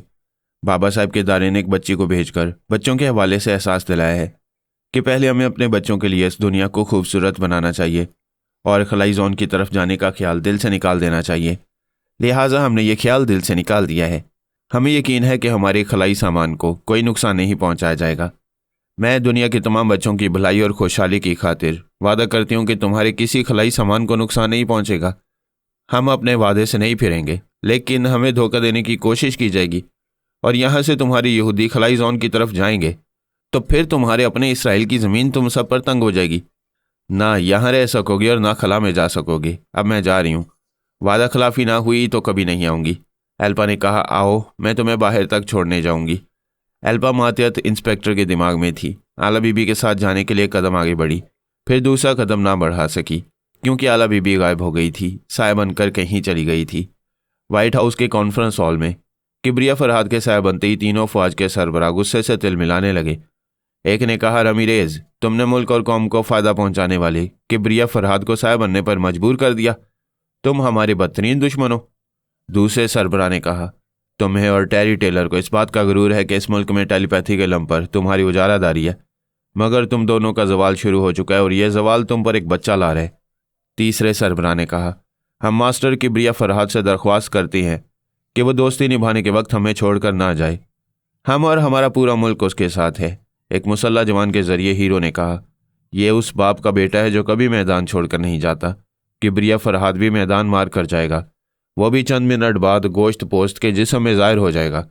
रमीरेज को यह अकल आ गई होगी कि दुनिया का कोई हथियार साया बनने वाले किब्रिया का कुछ नहीं बिगाड़ सकेगा। रमीरेज ने कहा, मैं यहाँ किसी को तुम्हारा अलहकार बनने नहीं दूंगा। तुम जिसके अंदर आकर बोलोगे मैं उसे गोलियों से छलनी कर दूंगा। उसने अपने अलहकार मुसल्ला जवान की गन से गोलियां चलाईं। हीरो जिसके अंदर था वो बेचारा मुसल्ला जवान बेमौत मारा गया। फौज के एक सरबराह ने कहा, रमीरेज, तुम पागल हो गए हो। तुमने हीरो को नहीं अपने ही वतन की फौज के जवान को हलाक किया है। हाँ, हलाक किया है। अब वो किब्रिया फरहाद गोश्त पोस्ट के जिस्म में ज़ाहिर होगा तो मैं उसे भी मार दूंगा। एक सरबराह ने कहा, अभी हमने मास्टर किब्रिया से इल्तिजा की थी कि वह हमारा साथ ना छोड़े। हम अब भी यही कहते हैं, लेकिन ये चाहते हैं कि वो गोश्त पोस्ट के जिस्म में यहाँ ज़ाहिर ना हो, बल्कि बड़ी राजदारी से हमसे मुलाकात करे। वो साया बनकर हमसे कहीं भी मिल सकता है। इसके साथ ही मैं कॉन्फ्रेंस के इख्तिताम का ऐलान करता हूँ। वह तमाम अकाबरीन वहाँ से उठकर एक दूसरे से गुफ्तगू करते हुए हॉल से बाहर जाने लगे। हीरो ने फौज के एक सरबराह के अंदर आकर कहा, अपने एतमाद के दो ऐसे अफसरान से मिलाओ जिनके अंदर रमीरेज और टेरी टेलर ना आ सकें। उस सरबराह ने योगा के माहिर दो अफसरान के पास आकर कहा, तुम दोनों खुफिया तौर से बहुत अहम फ़राइज़ अंजाम दोगे। इस सिलसिले में हीरो तुम्हारे दिमाग में आ रहा है, इसे आने दो और इससे बात करो। दोनों ने अपनी अपनी आवाज़ सुनाते हुए कहा, हम हाजिर हैं। हीरो को खुशामदीद कहते हैं। हीरो ने उनके अंदर आकर कहा, अभी एलानिया कहा गया था कि मास्टर किब्रिया साया बनकर राजदारी से कहीं भी मिल सकता है। रमीरेज और टेरी टेलर ने यह सुना होगा, हो सकता है कि वो भी हमारे साथ ही तुम्हारे अंदर आया हो। ये कहते ही हीरो उसके अंदर से निकल आया। फिर चंद सेकंड के बाद उसने अंदर दोबारा जाकर उसके चोर ख्यालात पड़े तो पता चला कि वो हीरो के जाने के बाद भी अपने अंदर सोच की लहरों को महसूस करता रहा था। उसने पूछा, मिस्टर हीरो, तुम मुझसे बातें करते करते अचानक खामोश क्यों हो गए हो? मैं ये आजमाना चाहता था कि मेरे अलावा तुम्हारे अंदर दुश्मन भी है या नहीं। अभी मेरे जाने के बाद भी तुम पराई सोच की लहरों को महसूस करते रहे। क्या अभी तुम मेरे अंदर नहीं थे? नहीं, दुश्मन था और अब भी है। लिहाजा मैं जा रहा हूँ। 3 घंटे बाद तुमसे रब्ता करूँगा। उससे पहले पराई सोच की लहरों को महसूस करते उन्हें भगा दिया करना। वो उसके अंदर से चला गया। दोनों योगा जाने वाले अफसरों ने एक दूसरे को देखा। फिर एक ने दूसरे से पूछा, क्या तुम्हारे अंदर कोई आया था? हाँ, मैडम जमीला आई थी। फिर मेरे अंदर छुपे हुए दुश्मन को समझने के बाद फिर कभी आने का कहकर चली गई हैं। वह दोनों बातें करते हुए कॉन्फ्रेंस हॉल से बाहर आए। बाहर भी खुली जगह में आला हुकाम और फौजी अफसरान इधर उधर खड़े हुए अपने मौजूदा हालात पर गौर कर रहे थे और अपने तौर पर तबसरा कर रहे थे। जमीला और हीरो के साए उन दोनों अफसरान के अंदर थे। वह अफसरान 10 मिनट के अंदर दोबारा पराई सोच की लहरों को महसूस करके उन्हें भगा चुके थे। एक फौजी जवान ने उनके सामने आकर एक छोटी सी पर्ची पेश की। उसने इस पर्ची को खोलकर पढ़ा। लिखा हुआ था, आंटी जमीला और अंकल हीरो तुम दोनों के अंदर हैं। उन्हें किसी तीसरे योगा के माहिर अफसर के पास पहुंचा दो। इस तहरीर के नीचे किब्रिया फरहाद का नाम लिखा हुआ था। वह दोनों वहां से चलते हुए एक योगा जाने वाले अफसर के सामने पहुंचे। उनमें से एक ने कहा, मेजर, अभी आप राजदारी से एक अहम फ़र्ज़ अदा करें। मैडम जमीला और मिस्टर हीरो आपके अंदर आ रहे हैं। वो आपसे जो कहते रहें आप फ़ौरन अमल करते रहें। मेजर ने पूछा, क्या हमारे जनरल को इस राजदारी का इल्म है? जी हाँ, उन्होंने हमसे खुफिया तौर पर फ़र्ज़ की अदायगी के लिए कहा था। लेकिन रमीरेज और टेरी टेलर हमारे पीछे पड़ गए हैं। क्या वो दोनों मेरे अंदर नहीं आएंगे? नहीं। आप आधे घंटे तक अपने अंदर किसी भी सोच की लहर को जगह न दें। फिर हीरो आकर कोड वर्ड के तौर पर कहेगा, चिराग रोशन है। यह कोड वर्ड सुनकर आप उस पर भरोसा करें और अहम मामलात पर गुफ्तगू करें। बहरिया का एडमिरल रॉजर डी हंटर एक बाथरूम के अंदर आया। बाथरूम में एक वक्त में एक ही शख्स होता है, लेकिन वो किबरिया फरहाद को देखकर चौंक गया। उसने कहा, सॉरी अंकल, आपकी इजाज़त के बगैर आपके अंदर साया बनकर आया हूँ। वो मुसाफिया करते हुए बोला, मुझे तन्हाई में तुमसे मिलकर खुशी हो रही है। किबरिया ने कहा, रमीरेज और टेरी टेलर अपने दूसरे ख्यालख्वानी करने वालों के साथ तमाम छोटे बड़े अफसरान के अंदर झांकते फिर रहे हैं। मेरे पापा ने कहा है कोई ख्यालख्वानी करने वाला आपके अंदर ना आ सके। मैं आपके बेडरूम में आऊँगा, फिर आपको बताऊँगा कि आप जजीरे पर अल्पा के हमलों को किस तरह रोकेंगे और रमीरेज से ट्रांसफार्मर मशीन किस तरह छीन सकेंगे। ओके सो फार। ये कहते ही वो नज़रों से ओझल हो गया। किबरिया फरहाद और आला बीबी सानी को सुई की नोक के बराबर गैर मामूली गोलियों के ज़र्रात दिए गए थे। वह दोनों इन ज़र्रात को अपनी दाढ़ में दबा कर रखते थे। ज़रूरत के वक्त उनमें से एक ज़र्रा निकलकर चंद सेकंड या चंद मिनट के लिए दूसरों की नज़रों से ओझल हो जाया करते। वो ओझल होने वाला आइंदा बहरिया के एडमिरल के बेडरूम में उससे मिलने वाला था। देवी और मॉन्की मास्टर अपने अपने तौर पर जोड़ तोड़ में लगे हुए थे। देवी साहब बनकर रोबोट PP7 के जरिए मॉन्की मास्टर के इलाके की सरहद में आई। फिर उसने PP7 से कहा, मैं यहाँ से मॉन्की मास्टर की साइंसी तजुर्बागाह तक जाऊँगी। कोई मुझे नहीं देख सकेगा। तुम वापस जाओ और शीतारा का ख्याल रखो। PP7 शूज़ के जरिए फ्लाई करता हुआ गेस्ट हाउस में आया तो वहाँ से डमी शीतारा गायब हो चुकी थी। उसने आवाज़ दी, मिस शीतारा, क्या तुम साया बन चुकी हो? मुझे बताओ कि तुम कहाँ हो। बिस्तर पर तुम्हारा साया नज़र नहीं आ रहा। उसे मॉन्की मास्टर ले जा चुका था। PP7 को उसकी तरफ से जवाब नहीं मिला। वो गेस्ट हाउस के अंदर और बाहर भी नज़र नहीं आई। PP7 गेस्ट हाउस के अंदर खड़ा रह गया। जब तक देवी वापस ना आती वो कुछ नहीं कर सकता था। एक ताबेदार की तरह वहीं एक जगह खड़ा रहा। मॉन्की मास्टर इस जोन में फॉक्स मिस्ट्रेस और टाइगर मास्टर के साथ हुकूमत करता रहा था, लेकिन उसने अपने साइंसदानों और साइंसी इजादात को अपने साथी हुक्मरानों से ज़रा अलग रखा था। वो साथी हुक्मरानों को इन इजादात से फ़ायदा उठाने देता था, लेकिन यह भी नहीं बताता था कि वो किस तरह ईजाद की गई हैं। अगर बताता तब भी साथी ये नहीं जानते थे कि इस तजुर्बागाह में जो तहखाना है वहाँ मॉन्की मास्टर की रिहाइश का भी है और वहाँ खुफिया तौर पर किसी न किसी सिलसिले में तजुर्बे भी होते रहते हैं।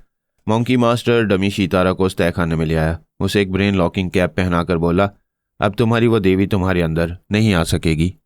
फिर उसने अपने मातियत साइंसदानों को बुलाकर एक गैर मामूली गोली उन्हें देकर कहा, यह वही टैबलेट है जिसे देवी निकलकर साया बन जाती है। इसी वक्त जाओ और इसका कीमियावी तज्जिया करना शुरू कर दो। जब तक इसका फार्मूला तैयार ना हो और कामयाबी से ऐसी गोलियां तैयार ना कर लो, तब तक इस तहखाने से अपने साथियों के साथ ऊपर वाली तजुर्बागाह में ना जाना। मुझे पूरा यकीन है कि देवी साया बनकर यहाँ आई है। वो हम में से किसी के भी अंदर समा सकती है, लिहाजा हम खुद साया बनने के बाद ही इस तहखाने से बाहर जाएंगे। देवी उस साइंसी तजुर्बागाह के ऊपरी हिस्से में पहुंच गई। वो नहीं जानती थी कि तहखाने में भी एक तजुर्बागाह है, लेकिन वहां पहुंचने के बाद आसानी से मालूम हो गया। वहां सब ने ब्रेन लॉकिंग कैप पहन रखा था। ख्यालख्वानी की लहरें उस कैप के आर पार होकर दिमाग तक नहीं पहुंच सकती थीं, लेकिन मॉन्की मास्टर ये भूल गया कि देवी साया बनकर किसी के अंदर समाएगी तो उसके अंदर ही अंदर ख्यालख्वानी की लहरें दिमाग तक पहुंच जाया करेंगी। वो एक मातियत साइंसदान के अंदर समा गई। फिर उसके अंदर ही अंदर ख्यालख्वानी के जरिए मालूम किया मॉन्की मास्टर कहाँ है। मॉन्की मास्टर इस वक्त गेस्ट हाउस में गया हुआ था और उसने किसी को नहीं बताया था कि वो कहाँ गया है। देवी को उसके आलाकार के दिमाग ने बताया कि वो किसी को बताकर कहीं नहीं जाता, शायद वो एक आध घंटे में वापस आ जाएगा। देवी उसके इंतज़ार में उस तजुर्बागाह की एक एक जगह जाकर साइंसी आलात और मशीनों को देखने लगी। अपने आलाकार के जरिए उनके इस्तेमाल को समझने लगी। वहाँ एक छोटा सा आला डिटेक्टिव फ़ोन यानी जासूस टेलीफोन कहलाता था। उसकी डायलिंग में सिफर डायल करने के बाद जिस शख्स का फ़ोन नंबर डायल किया जाता उस शख्स के फ़ोन नंबर पर होने वाली गुफ्तगू जासूस टेलीफोन पर सुनी जा सकती थी। साइंसी तजुर्बागाह के साथ बने हुए बंगलोज में तमाम साइंसदान और मातियत साइंसदान रहा करते थे। देवी ने सोच लिया कि जितने अजीबोगरीब साइंसी आलात होंगे वो उन्हें अपने आलाकार के बंगले में छुपाएगी, फिर वहाँ से उन्हें ले जाएगी। जब तक वो इस तजुर्बागाह की एक एक चीज़ को देखती और समझती रही, तब तक मॉन्की मास्टर डमी शीतारा के साथ तहखाने में आकर एक गोली कीमियावी तज्जे के लिए देकर वहाँ से अपनी एक खुफिया रिहाइशगाह में चला गया था। उसे अर्जी दुनिया की एक नौजवान हसीना मिल गई थी। वो उसे हाथ लगाने और उसे बाजू में लेकर परवाज़ करने के दौरान ही उसका दीवाना हो गया। उसकी रिहाइशगाह में एक ही वसी और हॉल नुमा कमरा था और वो साइंसी आलात और मशीनों से भरा हुआ था। दीवारों पर बड़ी बड़ी स्क्रीनें थीं। उन्हें ऑन करने से कहीं फॉक्स मिस्ट्रेस दिखाई देने लगी और कहीं टाइगर मास्टर नजर आने लगे। एक स्क्रीन पर साइंसी तजुर्बागाह के मुख्तलिफ मनाजिर नजर आ रहे थे। दूसरी स्क्रीन पर तय खाने वाली तजुर्बागाह में 3 साइंसदान उस गैर मामूली गोली का कीमियावी तज्जिया कर रहे थे। वो मुलायम और लचकदार बिस्तर पर आ गया। उस बिस्तर पर आने वाली हल्की सी जुम्बिश पर हौले हौले ऊपर नीचे झूलने लगता था। वो उसे आगोश में लेकर बोला, हम कामयाब हो जाएंगे। स्क्रीन पर देखो, इस गोली का तज्जिया हो रहा है। आओ मैं तुम्हारा तज्जिया करूं। ये तो मालूम हो कि जोन की बंदरिया और अर्जी दुनिया की बंदरिया में क्या फ़र्क होता है। बड़ा फ़र्क था। शीतारा के नाज नखरों में बड़ी दिलरुबाई थी। उसका हर अंदाज उसे दीवाना बना रहा था। फिर ये कि दुनिया के लोग हों या खलाई मखलूक, सभी को इम्पोर्टेड माल अच्छा लगता है। जोन 3 में वो एक ही पीस बाहर से आया था, इसीलिए वो मंकी मास्टर के दिलो दिमाग पर छा गई। उधर देवी इंतजार कर रही थी। वह सबसे पहले मंकी मास्टर के जिस्म में सिमाकर उसके दिमाग में पहुंचकर उसे अपना ताबेदार बनाना चाहती थी, लेकिन उसे तो उसकी डमी ने ही हुस्न शबाब की जंजीरों में जकड़ रखा था। वह इंतजार करते करते बेजार हो गई। उसने अपनी डमी के अंदर पहुंचना चाहा, मगर सोच की लहरें वापस आ गईं। उसने फिर एक बार कोशिश की और फिर नाकाम रही। वो परेशान हो गई। सोच की लहरें मुर्दा दिमाग से वापस आती हैं या किसी के सांस रोकने पर दिमाग में जगह नहीं मिलती। उसकी डमी ने सांस नहीं रोकी थी क्योंकि सोच की लहरें उसके दिमाग तक नहीं पहुंची थीं। वो ब्रेन लॉकिंग कैप से टकरा कर आ गई थी। ये बात देवी की समझ में नहीं आई। वो उसकी खैरियत मालूम करने के लिए उस तजुर्बागाह से चली आई। मंकी मास्टर के इलाके की सरहद पार करने के बाद उसने कुछ फासला तय किया। फिर रिमोट कंट्रोल के जरिए रोबोट PP7 को सिग्नल देने लगी। उसे जवाबी सिग्नल मिला कि वो इसी जगह रहे जहां देवी को छोड़कर गया था। वो इंतजार करने लगी। उधर मंकी मास्टर उसकी डमी को आगोश में लिए स्क्रीन की तरफ देख रहा था। तजुर्बागाह के कुछ साइंसदान उस मातियत साइंसदान का मुहासबा कर रहे थे जिसके अंदर देवी का साया समाया हुआ था। उससे पूछा गया, ये तुम क्या कर रहे थे? यहाँ इधर से उधर आ जा रहे थे और कितने ही साइंसी आलात उठाकर अपने बंगले में ले जाकर रख रहे थे। उस मातियत ने कहा, मुझे वाकई कुछ ऐसा लग रहा है जैसे मेरा दिमाग मुझे कई साइंसी आलात के बारे में ले जाकर पूछ रहा था कि ये सब क्या है, जबकि मैं तमाम आलात के बारे में जानता हूँ। इसके बावजूद मैं मुख्तलिफ आलात के बारे में ना जाने कैसे बताता रहा और ये सब मुझे कुछ ख्वाब सा लगता है कि मैं साइंसी आलात उठाकर अपने बंगले में ले जा रहा हूँ और उन्हें एक जगह छुपाता जा रहा हूँ। मंकी मास्टर ने स्क्रीन से नजरें हटाकर शीतारा से कहा, तुम्हारी देवी तो बड़ी चोर निकली। अपनी ज़रूरत का सामान चुरा कर ले जाने वाली थी। वो छुप कर आई थी तो उसे छुप कर ही रहना चाहिए था, मगर इस चोरी ने भेद खोल दिया है कि वो तजुर्बागाह में कहीं मौजूद है। वैसे ये बात समझ में नहीं आई। हमारे मातियत ने ब्रेन लॉकिंग कैप पहनी है, फिर वो उसके दिमाग में कैसे पहुंच गई? शीतारा ने कहा, पहले उसका साया उस मातियत के जिस्म में गया, फिर जिस्म के अंदर ही अंदर ख्याल ख्वानी की लहरें मातियत के दिमाग में पहुंची होंगी। ये बात अकल तस्लीम करती है। देवी ने यही तरीका इख्तियार किया था, आइंदा भी यही करती रहेगी। वो उसकी गर्दन में बाहें डालकर बोली, तुमने मुझे ये कैप पहनाकर बहुत बड़ा एहसान किया है। मैं एक अरसे के बाद इसके तनवीमी अमल और आत्मशक्ति से आज़ाद हुई हूँ। क्या ऐसा नहीं हो सकता कि मैं हमेशा तुम्हारे बाजुओं की कैद में रहकर उससे रिहाई पा जाऊँ? आइंदा तुम कैप पहनकर भी जाओगी तो वह तुम्हारे जिस्म में समाकर दिमाग में आएगी, फिर उसका साबका तनवीमी अमल बहाल हो जाएगा। यह हम दोनों के हक में बेहतर हुआ कि हम इस तजुर्बागाह में नहीं है। वो किसी वक्त भी तय खाने वाली तजुर्बागाह में पहुंच सकती है। हमें आइंदा वहां नहीं जाना चाहिए। वो सोचने के अंदाज में सीधा होकर बैठ गया, फिर बोला, उसे तय खाने तक नहीं पहुंचना चाहिए। वहां गैर मामूली गोली का तज्जिया किया जा रहा है। वो बिस्तर से उठकर एक मशीन के पास आया, फिर इसे ऑपरेट किया। स्क्रीन पर पहले बेआवाज मंजर दिखाई दे रहा था। इस तहखाने के साइंसदानों की बातें सुनाई देने लगी। मंकी मास्टर ने कहा, हेलो एवरीबॉडी। वह सब देखते हुए अदब से खड़े हो गए। सीनियर साइंसदान ने कहा, हेलो मास्टर माइंड, खुशखबरी है। जितने एटम के मरकब से वह गोली तैयार की गई थी वह तमाम एटम हमारे स्टॉक में हैं। अब हम हर एटम का वजन नोट कर रहे हैं। हमें उम्मीद है कि 6 घंटे के अंदर ऐसी गोलियां तैयार कर सकेंगे। मुझे यकीन था कि तुम इस गैर मामूली गोली की जड़ों तक पहुंच जाओगे, लेकिन इस अच्छी खबर के साथ परेशानी भी है। देवी का साया ऊपर तजुर्बागाह में पहुंच गया है। वह तय खाने में भी आ सकती है। तमाम दरवाजे अंदर से लॉक रखो और इस प्रोजेक्टर को ऑफ कर दो, जिसके जरिए तय खाने की मसरूफियात देखी जा सकती हैं। उन्होंने फ़ौरन अहकामात की तामील की। वहाँ 3 साइंसदान थे। एक ने प्रोजेक्टर मशीन को बंद कर दिया। दरवाजे पहले से मुकफ्फल थे, उन पर डबल लॉक चढ़ा दिए गए। मंकी मास्टर ने कहा, मैं स्क्रीन पर तजुर्बागाह के तमाम स्टाफ को देख रहा हूँ। वहाँ से कोई खतरा तुम्हारी तरफ आएगा तो मैं आगाह करूँगा। अगर हम 6 घंटे तक देवी से बचकर रहेंगे तो फिर अपनी तैयार करदा गैर मामूली गोलियों के ज़ेरे असर देवी से महफूज रह सकेंगे। उसने आवाज़ का राब्ता ख़त्म कर दिया। स्क्रीन पर पहले की तरह बेआवाज़ मंजर दिखाई दे रहे थे। मंकी मास्टर ने तमाम एहतियाती तदाबीर के जरिए खुद को और अपने 3 खास मातियत साइंसदानों को 6 घंटों के लिए देवी से दूर कर दिया था, लेकिन नादानिस्तगी में देवी को अपने बहुत करीब बुला लिया था। वहाँ के मुख्तलिफ जोनों में रहने वालों पर तनवीमी अमल आर्जी हुआ करता था। मॉन्की मास्टर ने शी-तारा के बारे में यही समझा। इस गहराई से ना सोच सका कि ब्रेन लॉकिंग कैप के नीचे जो दिमाग है वो आत्मा शक्ति के ज़ेरे असर है। डमी शी-तारा आत्मा की गहराइयों से देवी की मामूल और ताबेदार है। उसकी आगोश में ऊपर से कुछ है, अंदर से कुछ है। वो बोली, आप मुझे जाने दो, मैं गुस्ल करूंगी। तुम्हें छोड़ने को जी नहीं चाहता। मैं भी गुस्ल खाने में चलूं?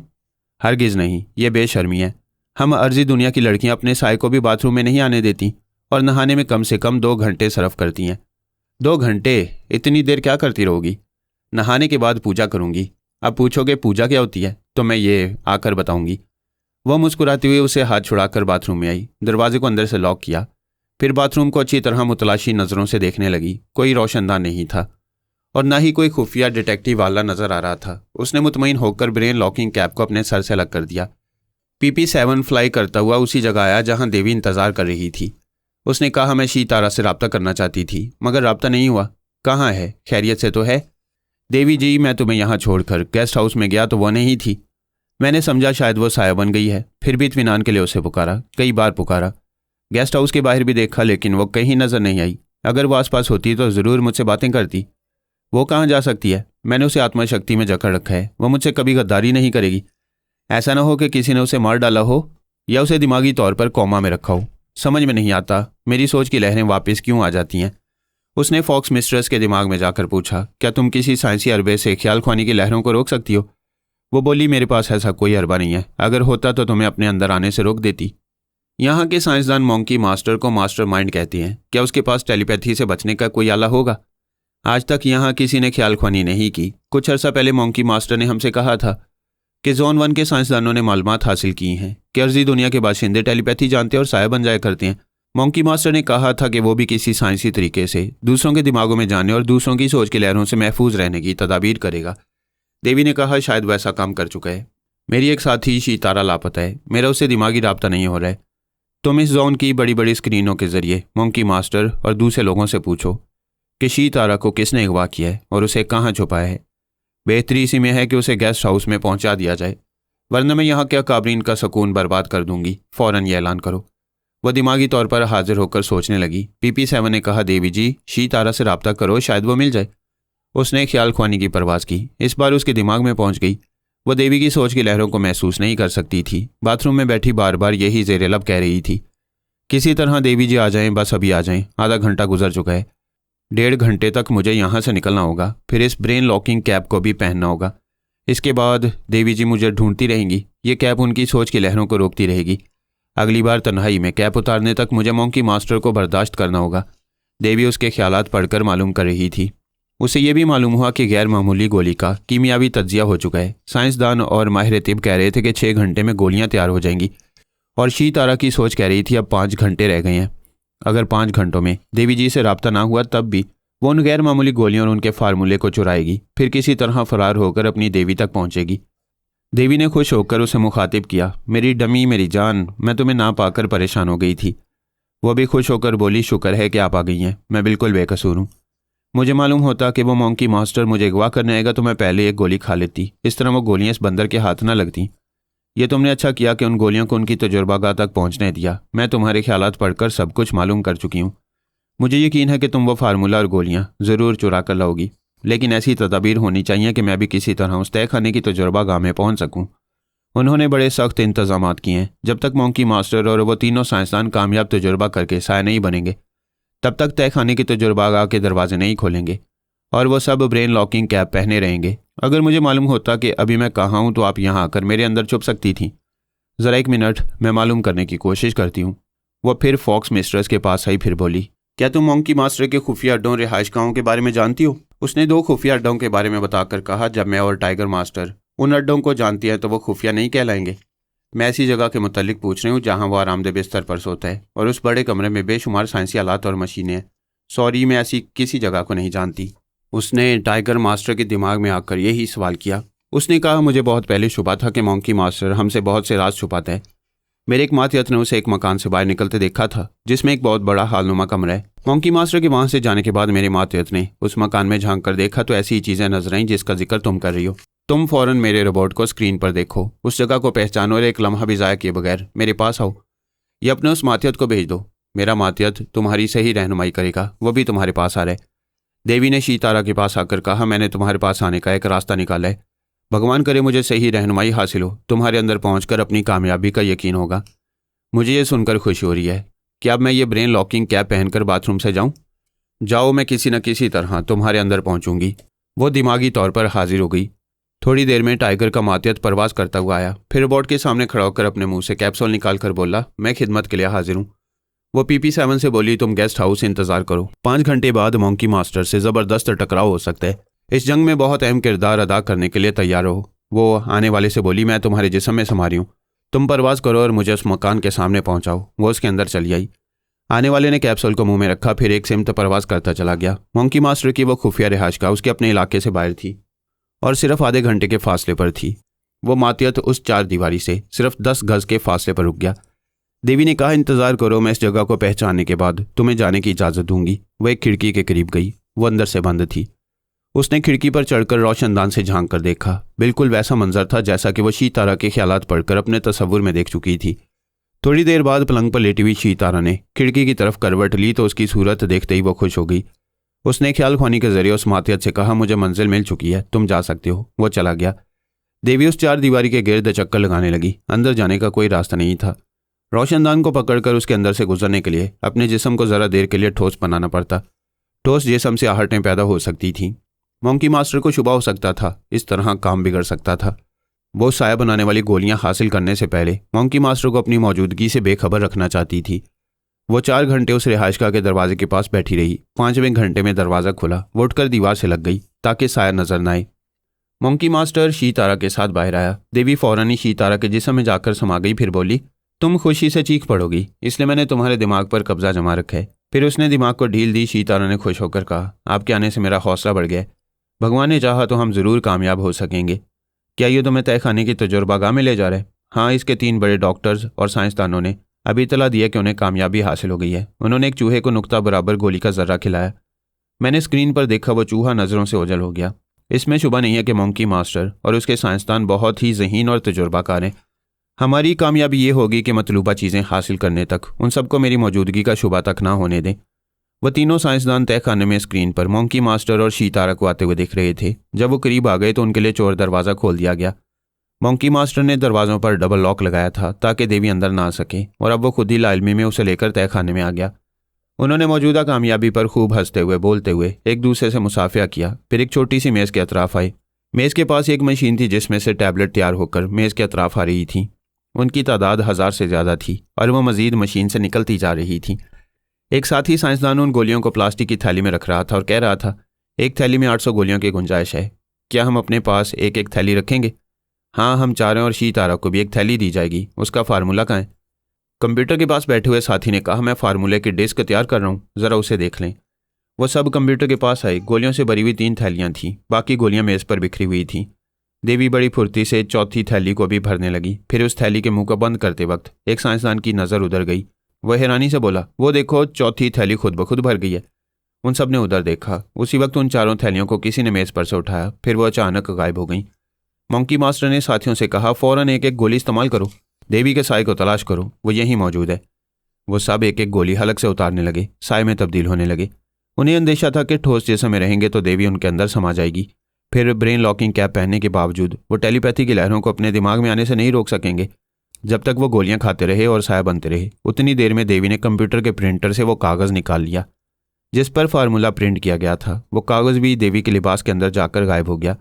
2 साए फ़ौरन ही कंप्यूटर के पास आए। फिर एक ने कंप्यूटर के अंदर से वो डिस्क निकाल ली जिसमें फार्मूला हमेशा के लिए महफूज कर दिया गया था। बाकी 2 साए गोलियां तैयार करने वाली मशीन को बंद कर चुके थे और मेज़ पर फैली हुई गोलियों को 2 थैलियों में डालते जा रहे थे। साए ठोस नहीं होते, वो एक गोली को भी पकड़ नहीं सकते। उन्होंने पकड़ने और थैलियों में भरने के लिए अपने दोनों हाथों को ठोस बना लिया। इस तरह वो सब कुछ देख रहे थे लेकिन खामोश थे। कुछ कहने के लिए अपने होंठों, जुबान, हलक और सीने को ठोस बनाना पड़ता, या फिर किसी ठोस जिस्म के अंदर कुछ बोलने के लिए जाना पड़ता, और वहाँ किसी का जिस्म ठोस नहीं था। मंकी मास्टर ने एक टाइपराइटर के पास आकर उस पर एक कागज़ चढ़ाकर टाइप करना शुरू किया। देवी और शीतारा उसे पढ़ने लगी। वो कागज़ पर टाइपराइटर की ज़ुबान से कह रहा था, देवी, मैं हैरान हूँ कि तुम इस खुफिया तजुर्बागाह में कैसे पहुँच गई। वैसे मानता हूँ बहुत चालाक हो, फार्मूले की डिस्क हमारे पास है, लेकिन तुमने भी प्रिंटेड फार्मूला और 3000 से ज़्यादा गैर मामूली गोलियां हासिल कर ली हैं। मुख्तसर ये है कि हम दोनों की ताकत बराबर बराबर है। अब खुलकर अपना इरादा ज़ाहिर करो, क्या चाहती हो, यहाँ रहना या वापस जाना? यहाँ रहोगी तो पूरे जोन पर हुकूमत करने के लिए मुझे रास्ते से हटाना होगा, और मैं भी यहाँ तुम्हारी मौजूदगी बर्दाश्त नहीं करूँगा। मेरा नेक मशवरा है कि वापस चली जाओ। देवी दूसरे टाइपराइटर के पास बैठकर उसके ज़रिए कहने लगी, मुझे इस जोन पर कब्जा जमाने और तुम्हें कुचल डालने में खासी जद्दोजहद करनी पड़ेगी, और ऐसा मैं कर सकूंगी, लेकिन इस जोन में ना हरियाली है, ना सायादार दरख्त हैं। यहाँ इंसान है, लेकिन जानवरों से मुशाबहत के बायस इंसान और हैवान का मिक्सचर नज़र आते हैं। अगर मैं अर्जी दुनिया से अपने लोगों को बुलाऊंगी तो हो सकता है कि उनके बच्चे भी सूरत शक्ल से हैवान आदमी की तरह हों। ऐसी बहुत सी बातों के पेश नज़र मैं यहाँ नहीं रहूँगी, लेकिन ये जोन छोड़कर जाने के एवज़ कुछ वसूल करूँगी। अगर तुम नहीं चाहते कि हमारे टकराव के बायस बहुत से बेगुनाह अफराद मारे जाएं और मैं अपने हरबों से इतनी बड़ी साइंसी तजुर्बा का बर्बाद कर दूँ, तो चंद चीज़ें मेरे हवाले कर दो। मुझसे पहले साइंसदान निकोलाई यहाँ 3 रोबोट्स के साथ आया था। तुमने उसे कैदी बना लिया। मुझे उससे कोई दिलचस्पी नहीं है। यहाँ उसका एक रोबोट तबाह कर दिया गया, 2 रोबोट तुम्हारे कब्जे में है। मैं उन दोनों को अपने साथ ले जाऊंगी। इनके अलावा वो कैप्सूल जानती हूँ जिन्हें मुंह में रखते इंसान का वजन कागज़ की तरह हल्का हो जाता है। वो हवा में उड़ता है और एक टारगेट मीटर के जरिए अपनी सिमतों और मंजिल की तरफ परवाज करता है। मुझे ऐसा कैप्सूल तैयार करने का फार्मूला भी चाहिए। ये चीज़ें हासिल करते ही हमेशा के लिए इस जोन से चली जाऊंगी।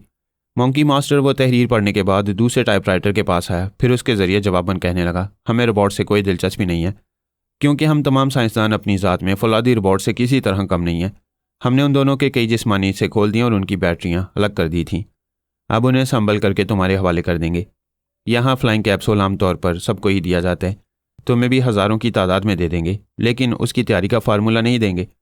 इसके लिए ज़िद करोगी तो अमन और सलामती के लिए बनी हुई बात बिगड़ जाएगी। हमसे टकराओगी तो सरासर नुकसान उठाओगी। यहाँ से जो मिल रहा है उसे ले जाओ। देवी ने इसे पढ़ा, फिर टाइपराइटर के जरिए रजामंदी जाहिर कर दी। वो सब तय खाने की तजुर्बागाह से निकल आई। मंकी मास्टर ने हुक्म दिया कि दोनों रोबोट्स को जोड़कर मुकम्मल किया जाए। उनकी बैटरियों और फ्लाइंग शूज़ के ईंधन को चेक करके उनकी कमी पूरी की जाए। उसके हुक्म की तामील होने लगी। मंकी मास्टर ने वहाँ एक टाइपराइटर के जरिए देवी से पूछा, तुम निकोलाई के रोबोट्स और हमारे फ्लाइंग कैप्सूल ले जा रही हो, लेकिन तुमने अपनी कनीज़ शी तारा का हमसे मुतालबा नहीं किया। देवी ने टाइपराइटर के जरिए कहा, शी तारा को कनीज़ ना कहो, वो दूसरी देवी है। मुझसे वफा करने वाली मेरी बहन है। मैं तुमसे उसका मुतालबा इसलिए नहीं कर रही हूँ कि वो ना तो पहले तुम्हारे कब्जे में थी और ना अब है। तुम अपनी जहानत के बायस यहाँ मास्टरमाइंड कहलाते हो, लेकिन अर्जी दुनिया की औरत को हाथ लगाते ही तुम्हारी सारी जहानत खाक में मिल गई। अब तक ये ना समझ सके कि मेरी शी तारा ही मुझे तय खाने की तजुर्बागाह में ले गई थी। मंकी मास्टर ने मुख्तसर सी बात टाइप की। मैं फ़ौरन ही अपनी नादानी तस्लीम कर रहा हूँ। अर्जी दुनिया की औरतों, जितनी जल्दी हो सके यहाँ से चली जाओ। मंकी मास्टर के हुक्म पर 2000 फ्लाइंग कैप्सूल देवी को दे दिए गए। 1 घंटे के अंदर दोनों रोबोट को मुकम्मल करके गेस्ट हाउस के सामने पहुंचा दिया गया। देवी के पास अब 3 रोबोट हो गए थे। 3000 से ज़्यादा साया बनाने वाली गोलियां और उनका फार्मूला उसको मिल गया था, और वो 2000 फ्लाइंग कैप्सूल भी हासिल कर चुकी थी। इस कदर गैर मामूली दौलत के साथ वर्जी दुनिया पर भी हुकूमत कर सकती थी। लिहाजा वो शी तारा और तीनों रोबोट्स के साथ अपनी दुनिया की तरफ रवाना हो गई।